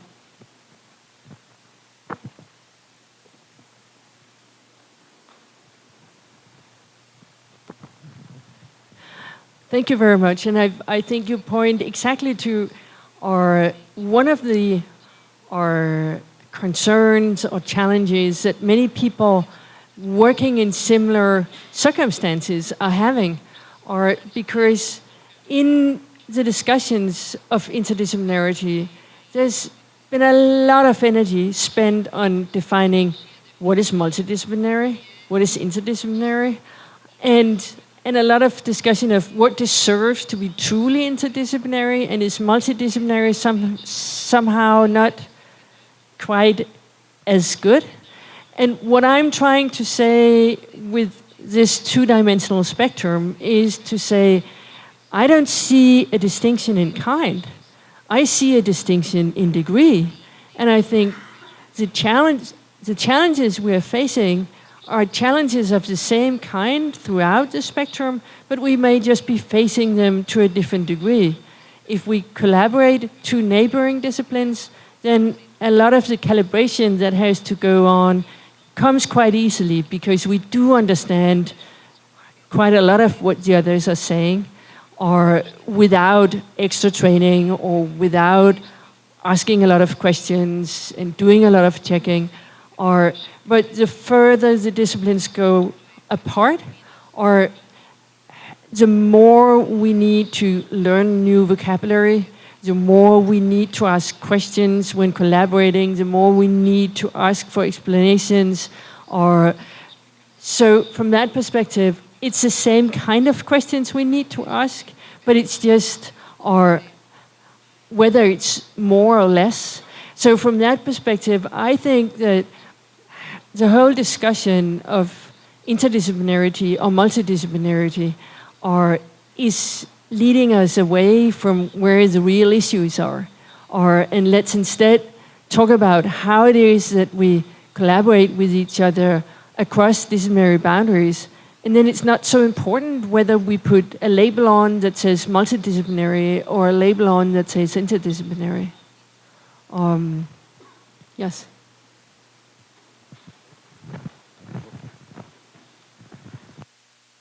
Outra pergunta de um estudante de pós-graduação. Na verdade, são 3 perguntas, mas acho que também tem uma relação com o que já foi mencionado aqui nas perguntas anteriores e nas suas respostas também. Pergunto, você acha que é possível haver uma formação essencialmente interdisciplinar? Em caso positivo, quais são os riscos e benefícios de inserção profissional e produção acadêmica para cientistas com formação interdisciplinar, ou seja, com mais dependência epistêmica? Qual deve ser a prioridade numa formação interdisciplinar? Que acho que já foi mencionado anteriormente.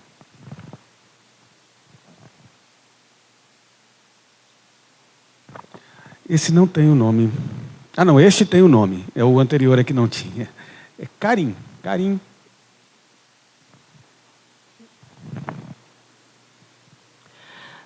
Thank you. Again, I mean, it's wonderful to get a chance to discuss these issues, or that are issues we're struggling with all over the world in all of our universities, and how it is that we make our disciplinary or interdisciplinary programs. I do think that when we look around the world, we will find programs that are essentially interdisciplinary, or which can mean different things, of course, or we will find programs where we train students to become competent in the whole breadth of an interdisciplinary area. However, to make sure that the students don't have to study for 20 years before they graduate, we do need to narrow at some point. Either we need to narrow on what is the level of depth we go into in the individual discipline, or we need to narrow what is it that we need to know from this particular discipline. And I think if we should call something or an essentially interdisciplinary program, then it would be one where we have really thought through, so what is it within this particular discipline that students who are aiming for careers in this area really need to know.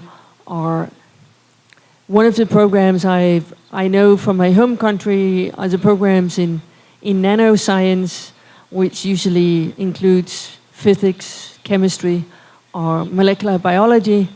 And what those programs are often struggling with is that it's difficult for the physicists to admit that there are areas of physics that nanoscience students do not need to know. And it's challenging for the chemists to admit that there are areas of chemistry that they do not need to know, and the same for molecular biology.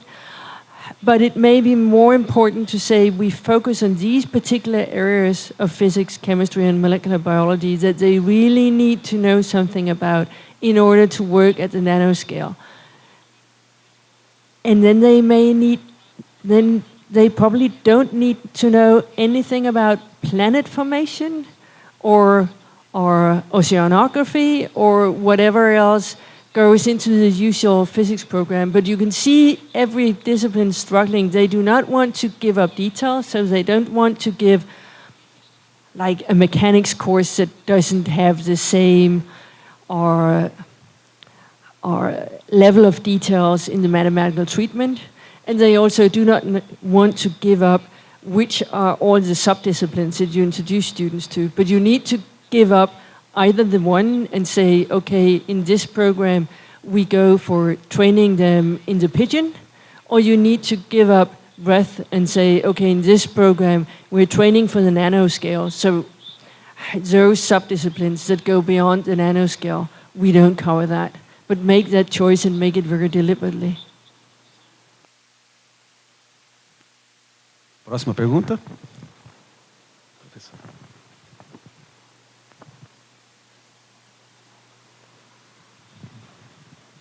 How would you distinguish the interdisciplinarity in teaching and in transdisciplinary processes or in problem solving?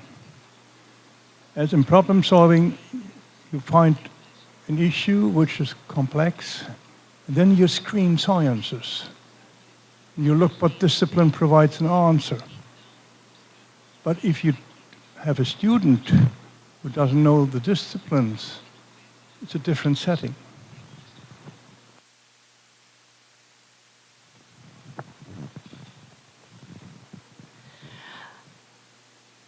I think you can have both programs that are primarily interdisciplinary, that integrate academic disciplines or from the internal academic perspective, and you can have programs that are more transdisciplinary that includes much more or the societal relevance. Or you may question why you want those that do not include the societal relevance, but logically, both can exist. And I think if you look at programs worldwide, you will find programs of both types. I also do think that they can be didactically created in different ways. You can have interdisciplinary programs that are very traditional training programs in the sense that our problems are defined from the side of the teachers, the expected solutions come from the side of the teachers, but you can also have much more inquiry-based programs where it resembles the research process much more, and where it comes much closer to the transdisciplinary processes that you have been talking about. And I think a first step is that we get much more nuanced in talking about our programs and take much more open-eyed decisions on what it is we do, because often the programs we do not, in a lot of settings, we define this as an interdisciplinary program, but we do not necessarily take into the whole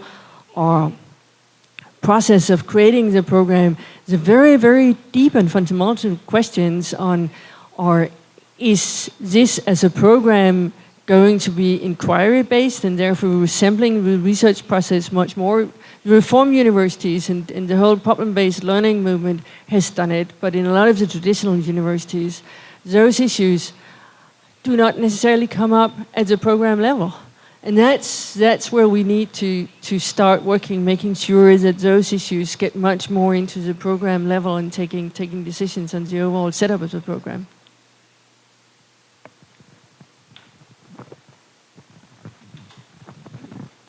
Eu não tenho mais nenhuma pergunta por escrito aqui. Tem alguém que está com alguma escrita? Não? No papel? Tem Blandina e Pedro. Acho que Blandina.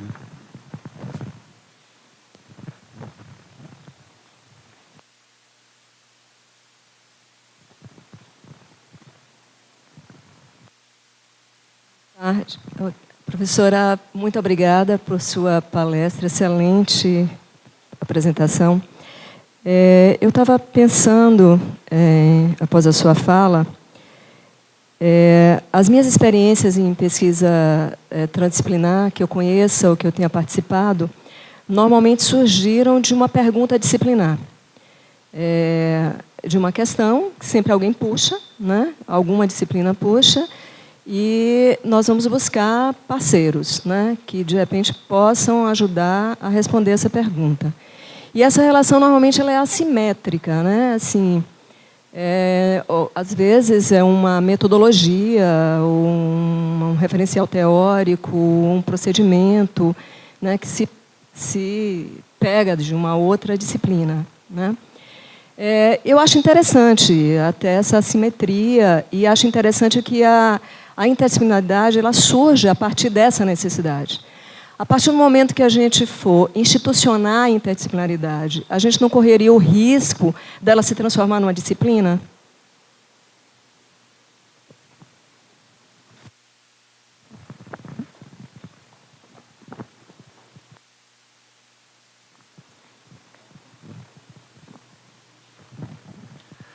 Thank you very much. And I think in pointing to the asymmetry, you're also pointing to something very, very important.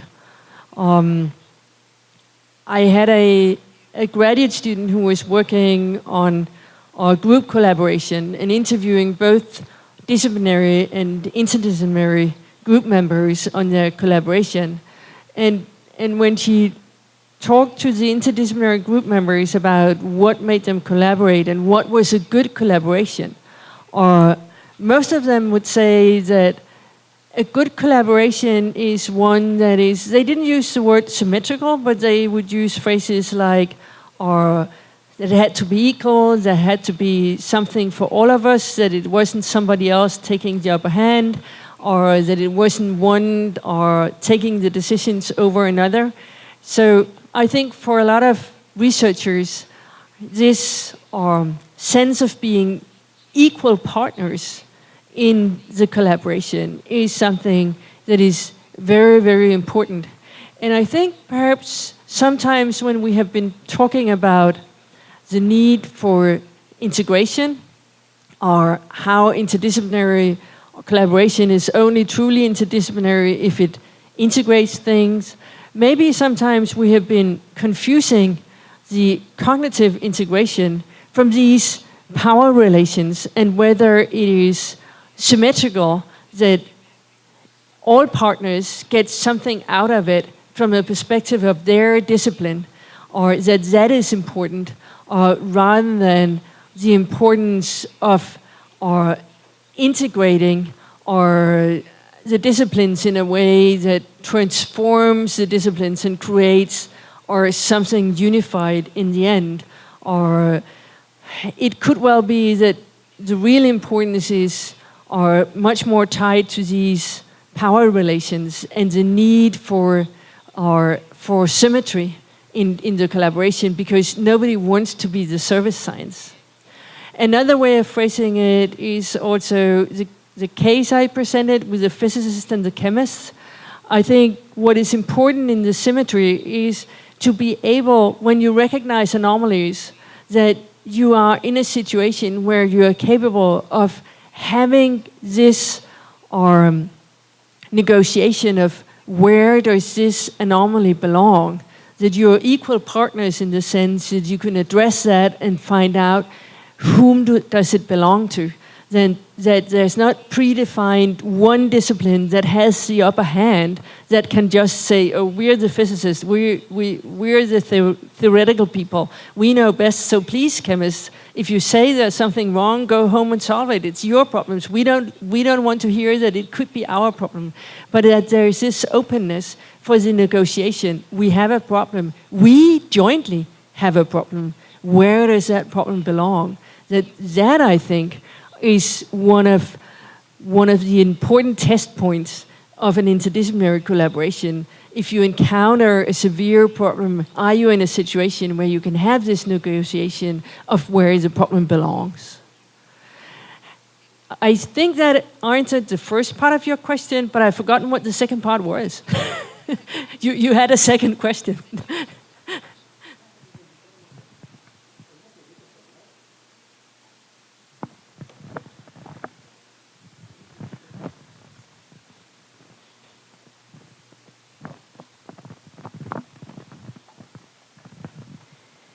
Eu perguntei se essa institucionalização da interdisciplinaridade não correríamos o risco de transformar a interdisciplinaridade numa disciplina.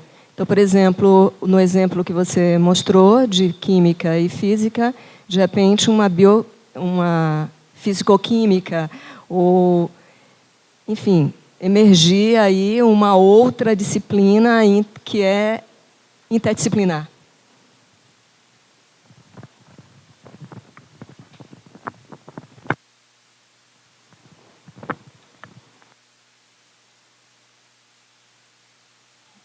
In this particular case, actually, no.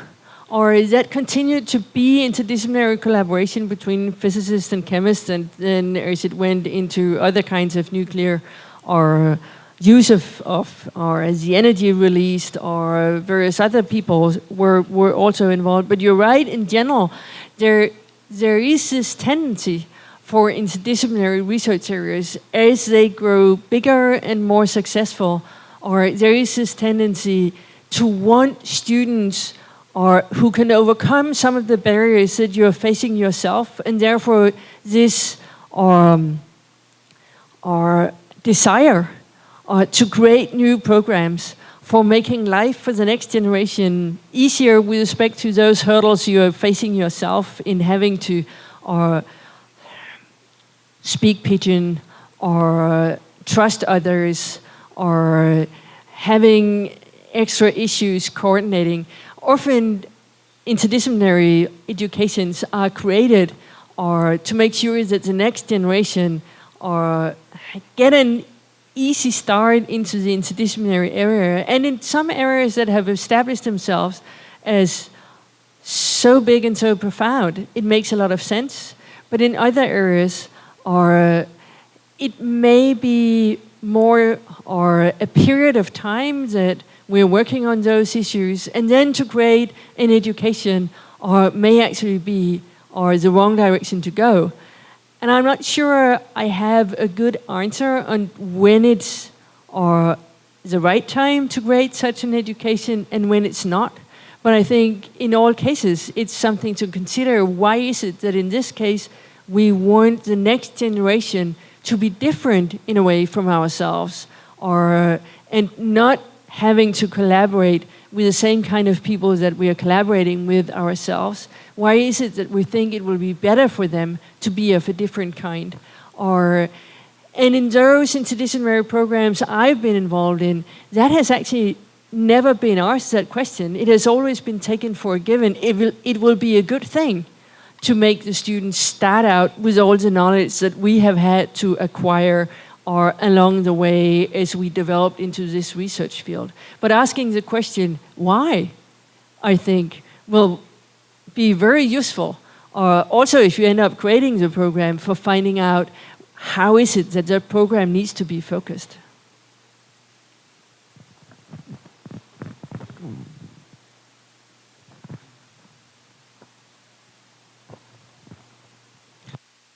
And I was wondering if I will leave this part here.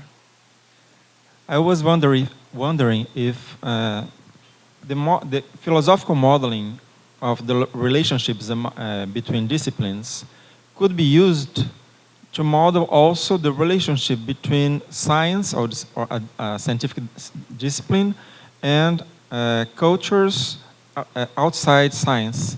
Because I think that you have disciplines that are much closer in terms of cognitive resources, and the communities are also much similar, but you have also disciplines that are very different in terms of those cognitive resources and ways of evaluating truth and so on.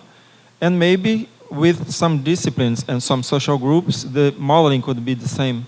I would like you to tell something about it. I think it could be interesting.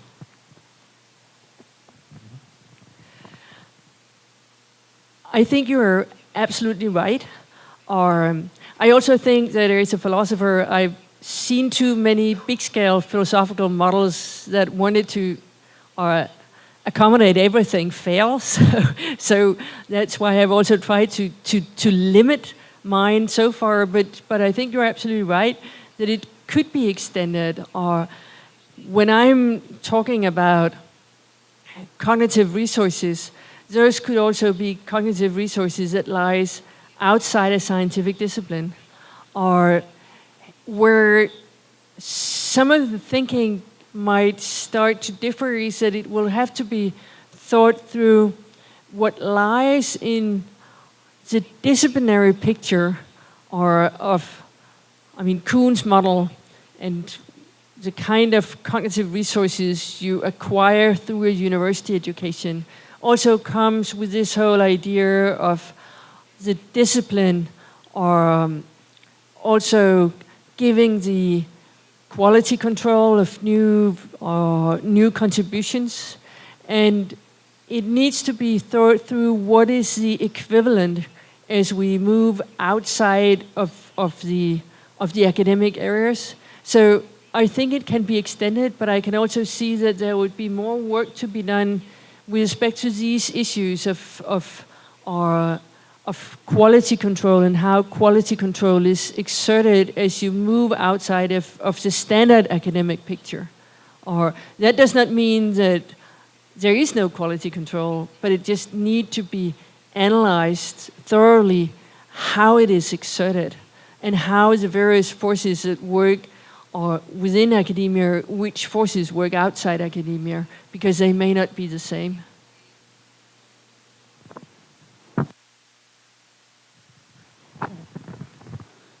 Nós temos ainda tempo, dá para ter mais alguns questionamentos. Charbel?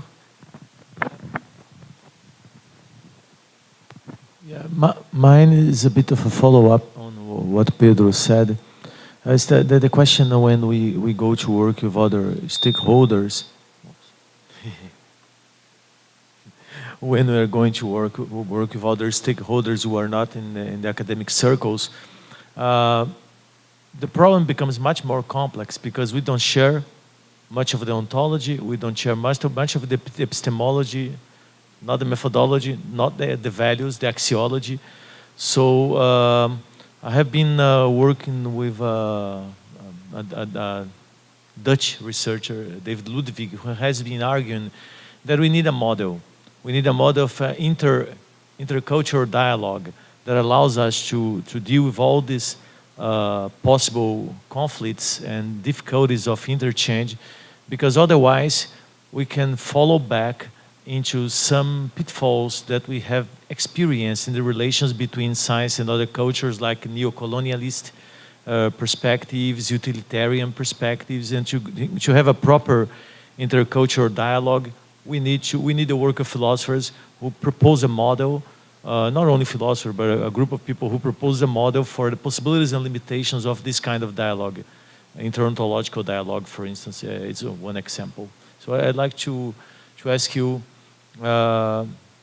if you think this is a good avenue to pursue, that to have a model to tackle these difficult issues of interaction between different cultures, if this is do you think is a good way to proceed?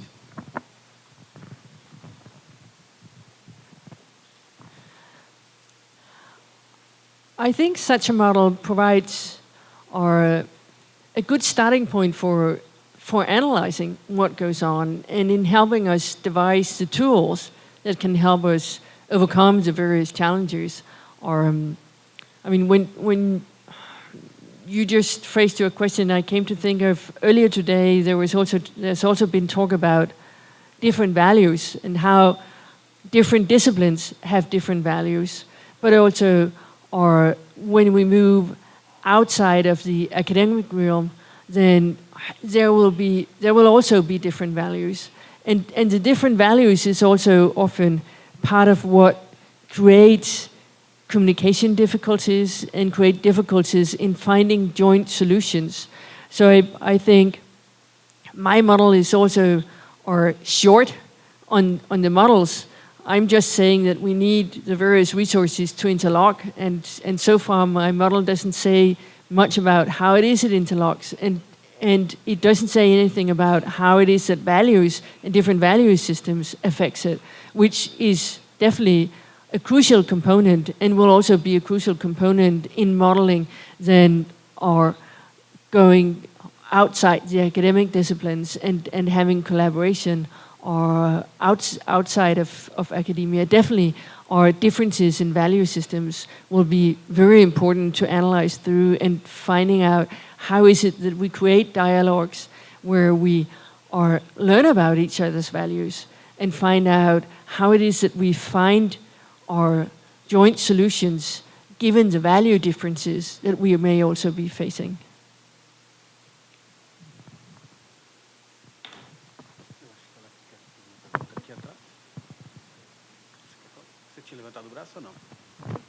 Você havia levantado o braço? Não?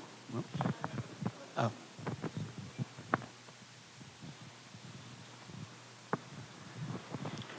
For me, it's important that if we talk about interdisciplinarity, the disciplines are around.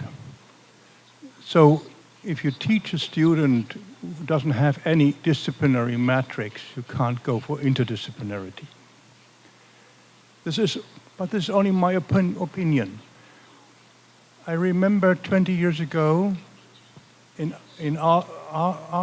Aalborg, there have been the chaos pilots. There has been a curriculum which has been called chaos pilots. And the idea has been that you can go along in the science systems in a completely agglomerative way, that you have a problem and then you go such in a supermarket and take different items, and then you become an excellent cook. Of course, you looked at that. What happened with them? So for me, just one remark is, for me, if you go for real world studies, the core of interdisciplinarity is that someone has seen and learned the methodology of a natural science and of a social science thinking. If this has not been attained, you will always keep in a very narrow domain.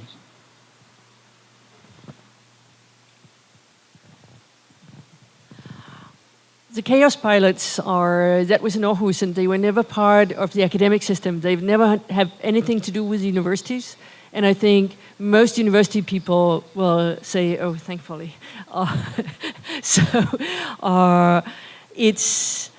It's still around, and they're good for particular jobs, but it has nothing to do with academia. So none of them go into academia afterwards. That would create, or they would have to take an entire degree from scratch.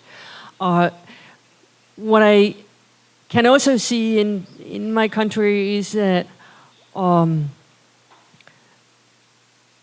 I have to phrase this carefully because I am very fond of our reform universities, and I also think that our reform universities create wonderful graduates, and their graduates get good jobs, and they get actually jobs quicker than the graduates from the traditional universities. But there have also been phases in the history of the reform universities where they have bracketed the idea of expertise. And I think if the universities start bracketing the idea of expertise, then what is left of the idea of a university? So while we may want programs that are problem-based, that are inquiry-based, or at the same time, although our inquiry-based problem learning may mimic the process of research, it's still valuable that there is a teacher that actually knows whether or not it's right or wrong what they're doing and who does the mentoring. Or there is a difference whether it's mimicking or whether it's the real thing, but that has sometimes been forgotten in some of those programs.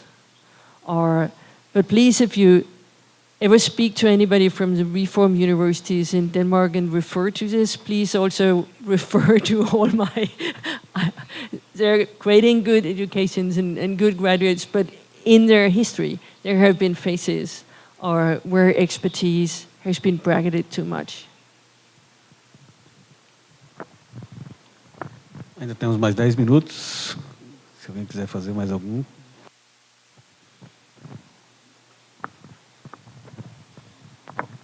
Hi, me again. Still around this subject, if even more and more, to tackle complex problems, we need different kinds of people with different backgrounds, and people with different backgrounds have much difficulty to communicate.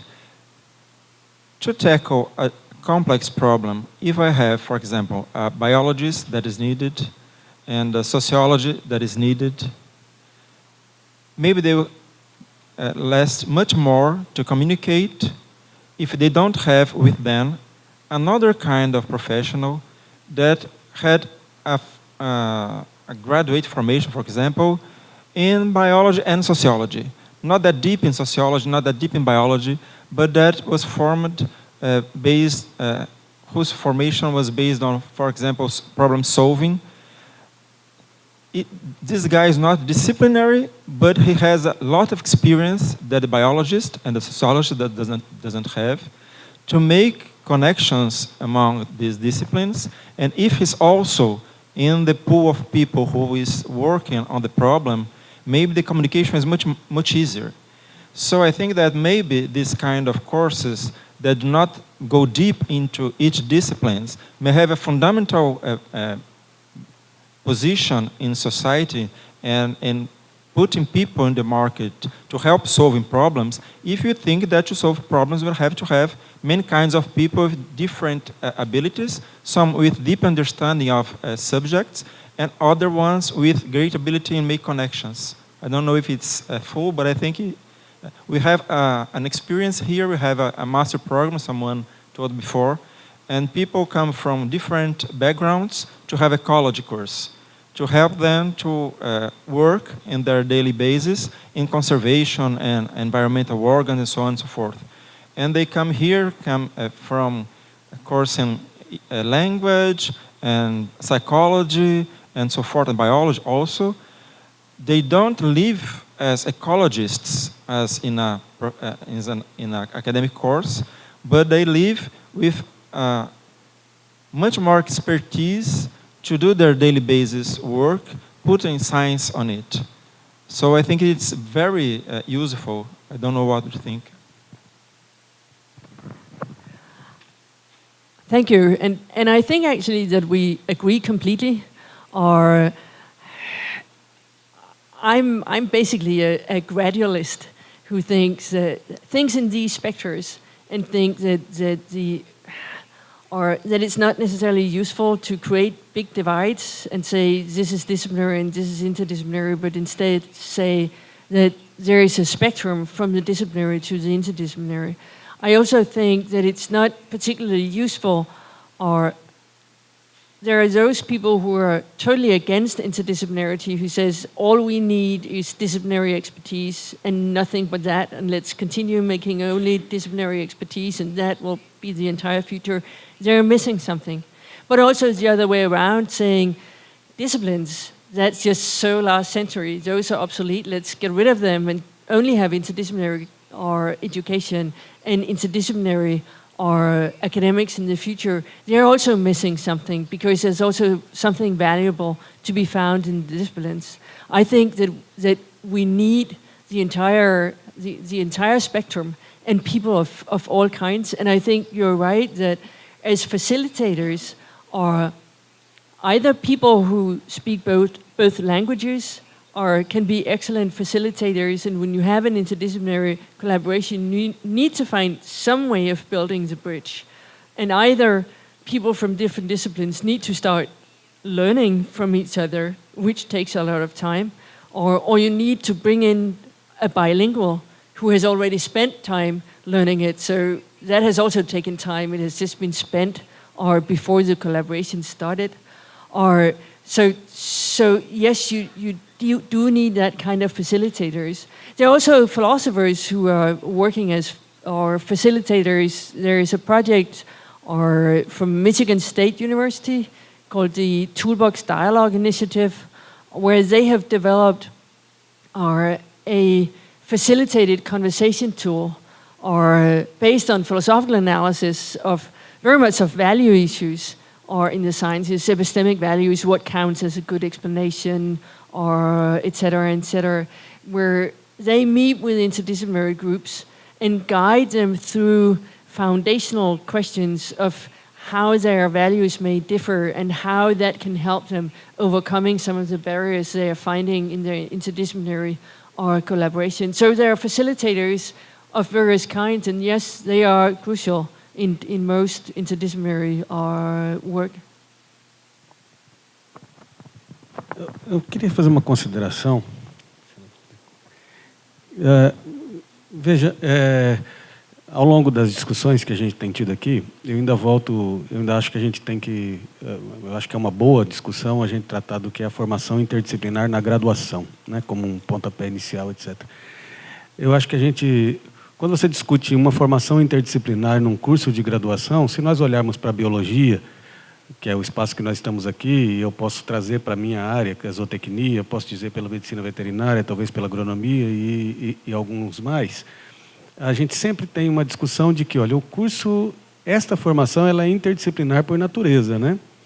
Eu tenho, dentro da biologia, as pessoas têm que estudar microbiologia, botânica, a ecologia, tem que ver alguma coisa de química, tem que saber de matemática, enfim, tem que ter um pool de conhecimentos para poder se tornar um biólogo, uma bióloga. Agora, como que são essas práticas para se integrar esses conhecimentos, né? Porque, de fato, para a gente, o elemento integrador, na maioria dos nossos cursos dessa natureza, é o estudante. Ele tem que ativamente fazer essa integração e, muitas vezes, a gente passivamente só oferece as frações e aí que ele crie, né, no seu itinerário curricular essas conexões e se torne um profissional que foi formado aí nesse caldo, né, nessa série de informações, disciplinas, etc., que são dadas. Então, para a gente partir, eu acho que para uma institucionalização dessa interdisciplinaridade, como disse Blandina, e isso não se tornar mais uma coisa engessada, disciplinar, eu acho que a gente precisa discutir como que isso se evolui dentro das práticas didáticas, né, do corpo docente, ou como que um currículo ele vai ser construído, né, para você poder fazer esse tipo de coisa. Porque eu acho que uma pergunta grande para a gente, eu acho que ela apareceu em várias falas, é o quão distante deve ser uma disciplina da outra num determinado espaço, num determinado grupo, para eu poder dizer que uma conexão entre essas disciplinas é interdisciplinar, né? Eu acho que essa talvez seja fácil quando a gente pega para nós, né, na nossa concepção de universidade, eu estou fazendo um trabalho com a unidade lá de química e a unidade lá de ciências sociais. A gente até vê melhor. Mas e no espaço que a gente lida ali no dia a dia, né? Qual a distância? Eu acho que é mais uma consideração do que uma pergunta, mais uma reflexão do que uma pergunta. Se a senhora quiser colocar alguma coisa. Thank you. And again, I really enjoyed this conversation where we really are pointing out some of the very deep issues that most universities are facing with these kind of education. Or, I mean, what you said about, or often it's left for the student to do the integration. You see that in so many interdisciplinary programs. And I think that's where we need to consider that integration might have to start with the professors, that would require that the professors put as much time into the integration that your students do. So there's also something about the publisher pairs or work pressure among academics. There's something about the relation between teaching and research, what is most important, what gives you the next promotion. And I think those kind of issues contribute to the situation where each professor goes and teaches his or her own course and expects that the student will do the integration. I have tried in the mandatory philosophy of science courses that we produce in all Danish university programs to ask students in interdisciplinary programs, for example, one week say, bring the textbooks you're using this semester from all the various courses. And then when they show up for class, we ask them to sit down with your textbooks and identify in the various disciplines examples of what is a really good explanation. And they are so frustrated because these courses have been treated completely different, and they sit there and they realize that even the academic value systems that they're taught in the different areas differ, and nobody has ever made it visible for them before. So to get to really make interdisciplinary education requires more time than creating a disciplinary education. The kind of coordination that you need to make interdisciplinary research, you need the same amount of coordination or even more to make interdisciplinary education. And often that coordination is lacking, and it's left for the students to do it.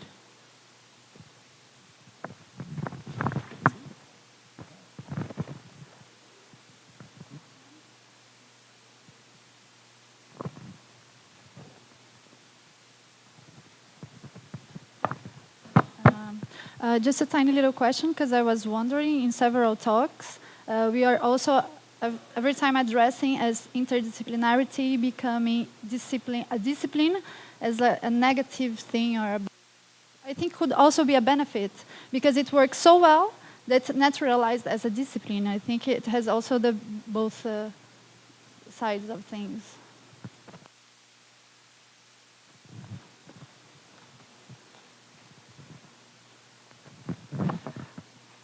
Biochemists, molecular biologists would all be upset, or if they were told that interdisciplinary areas that turned into disciplines was a bad thing, or that has happened for a very long time, and it is going still to happen. Or the question is to figure out when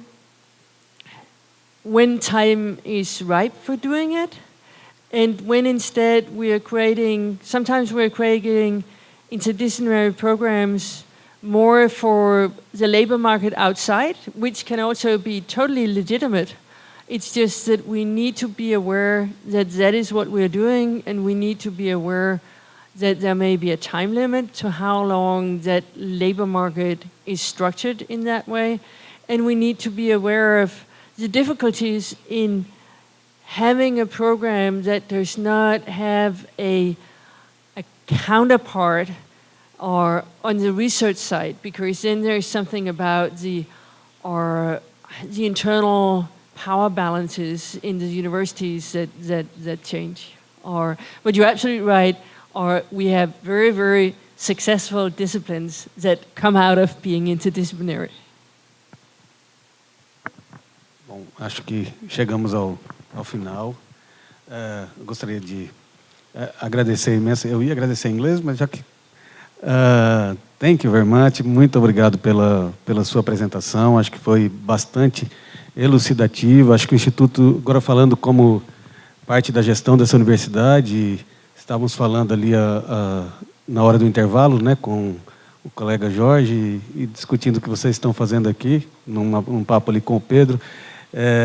O Jorge deu uma ideia que eu acho que é muito interessante que vocês façam, e vou compartilhar como um grande elogio.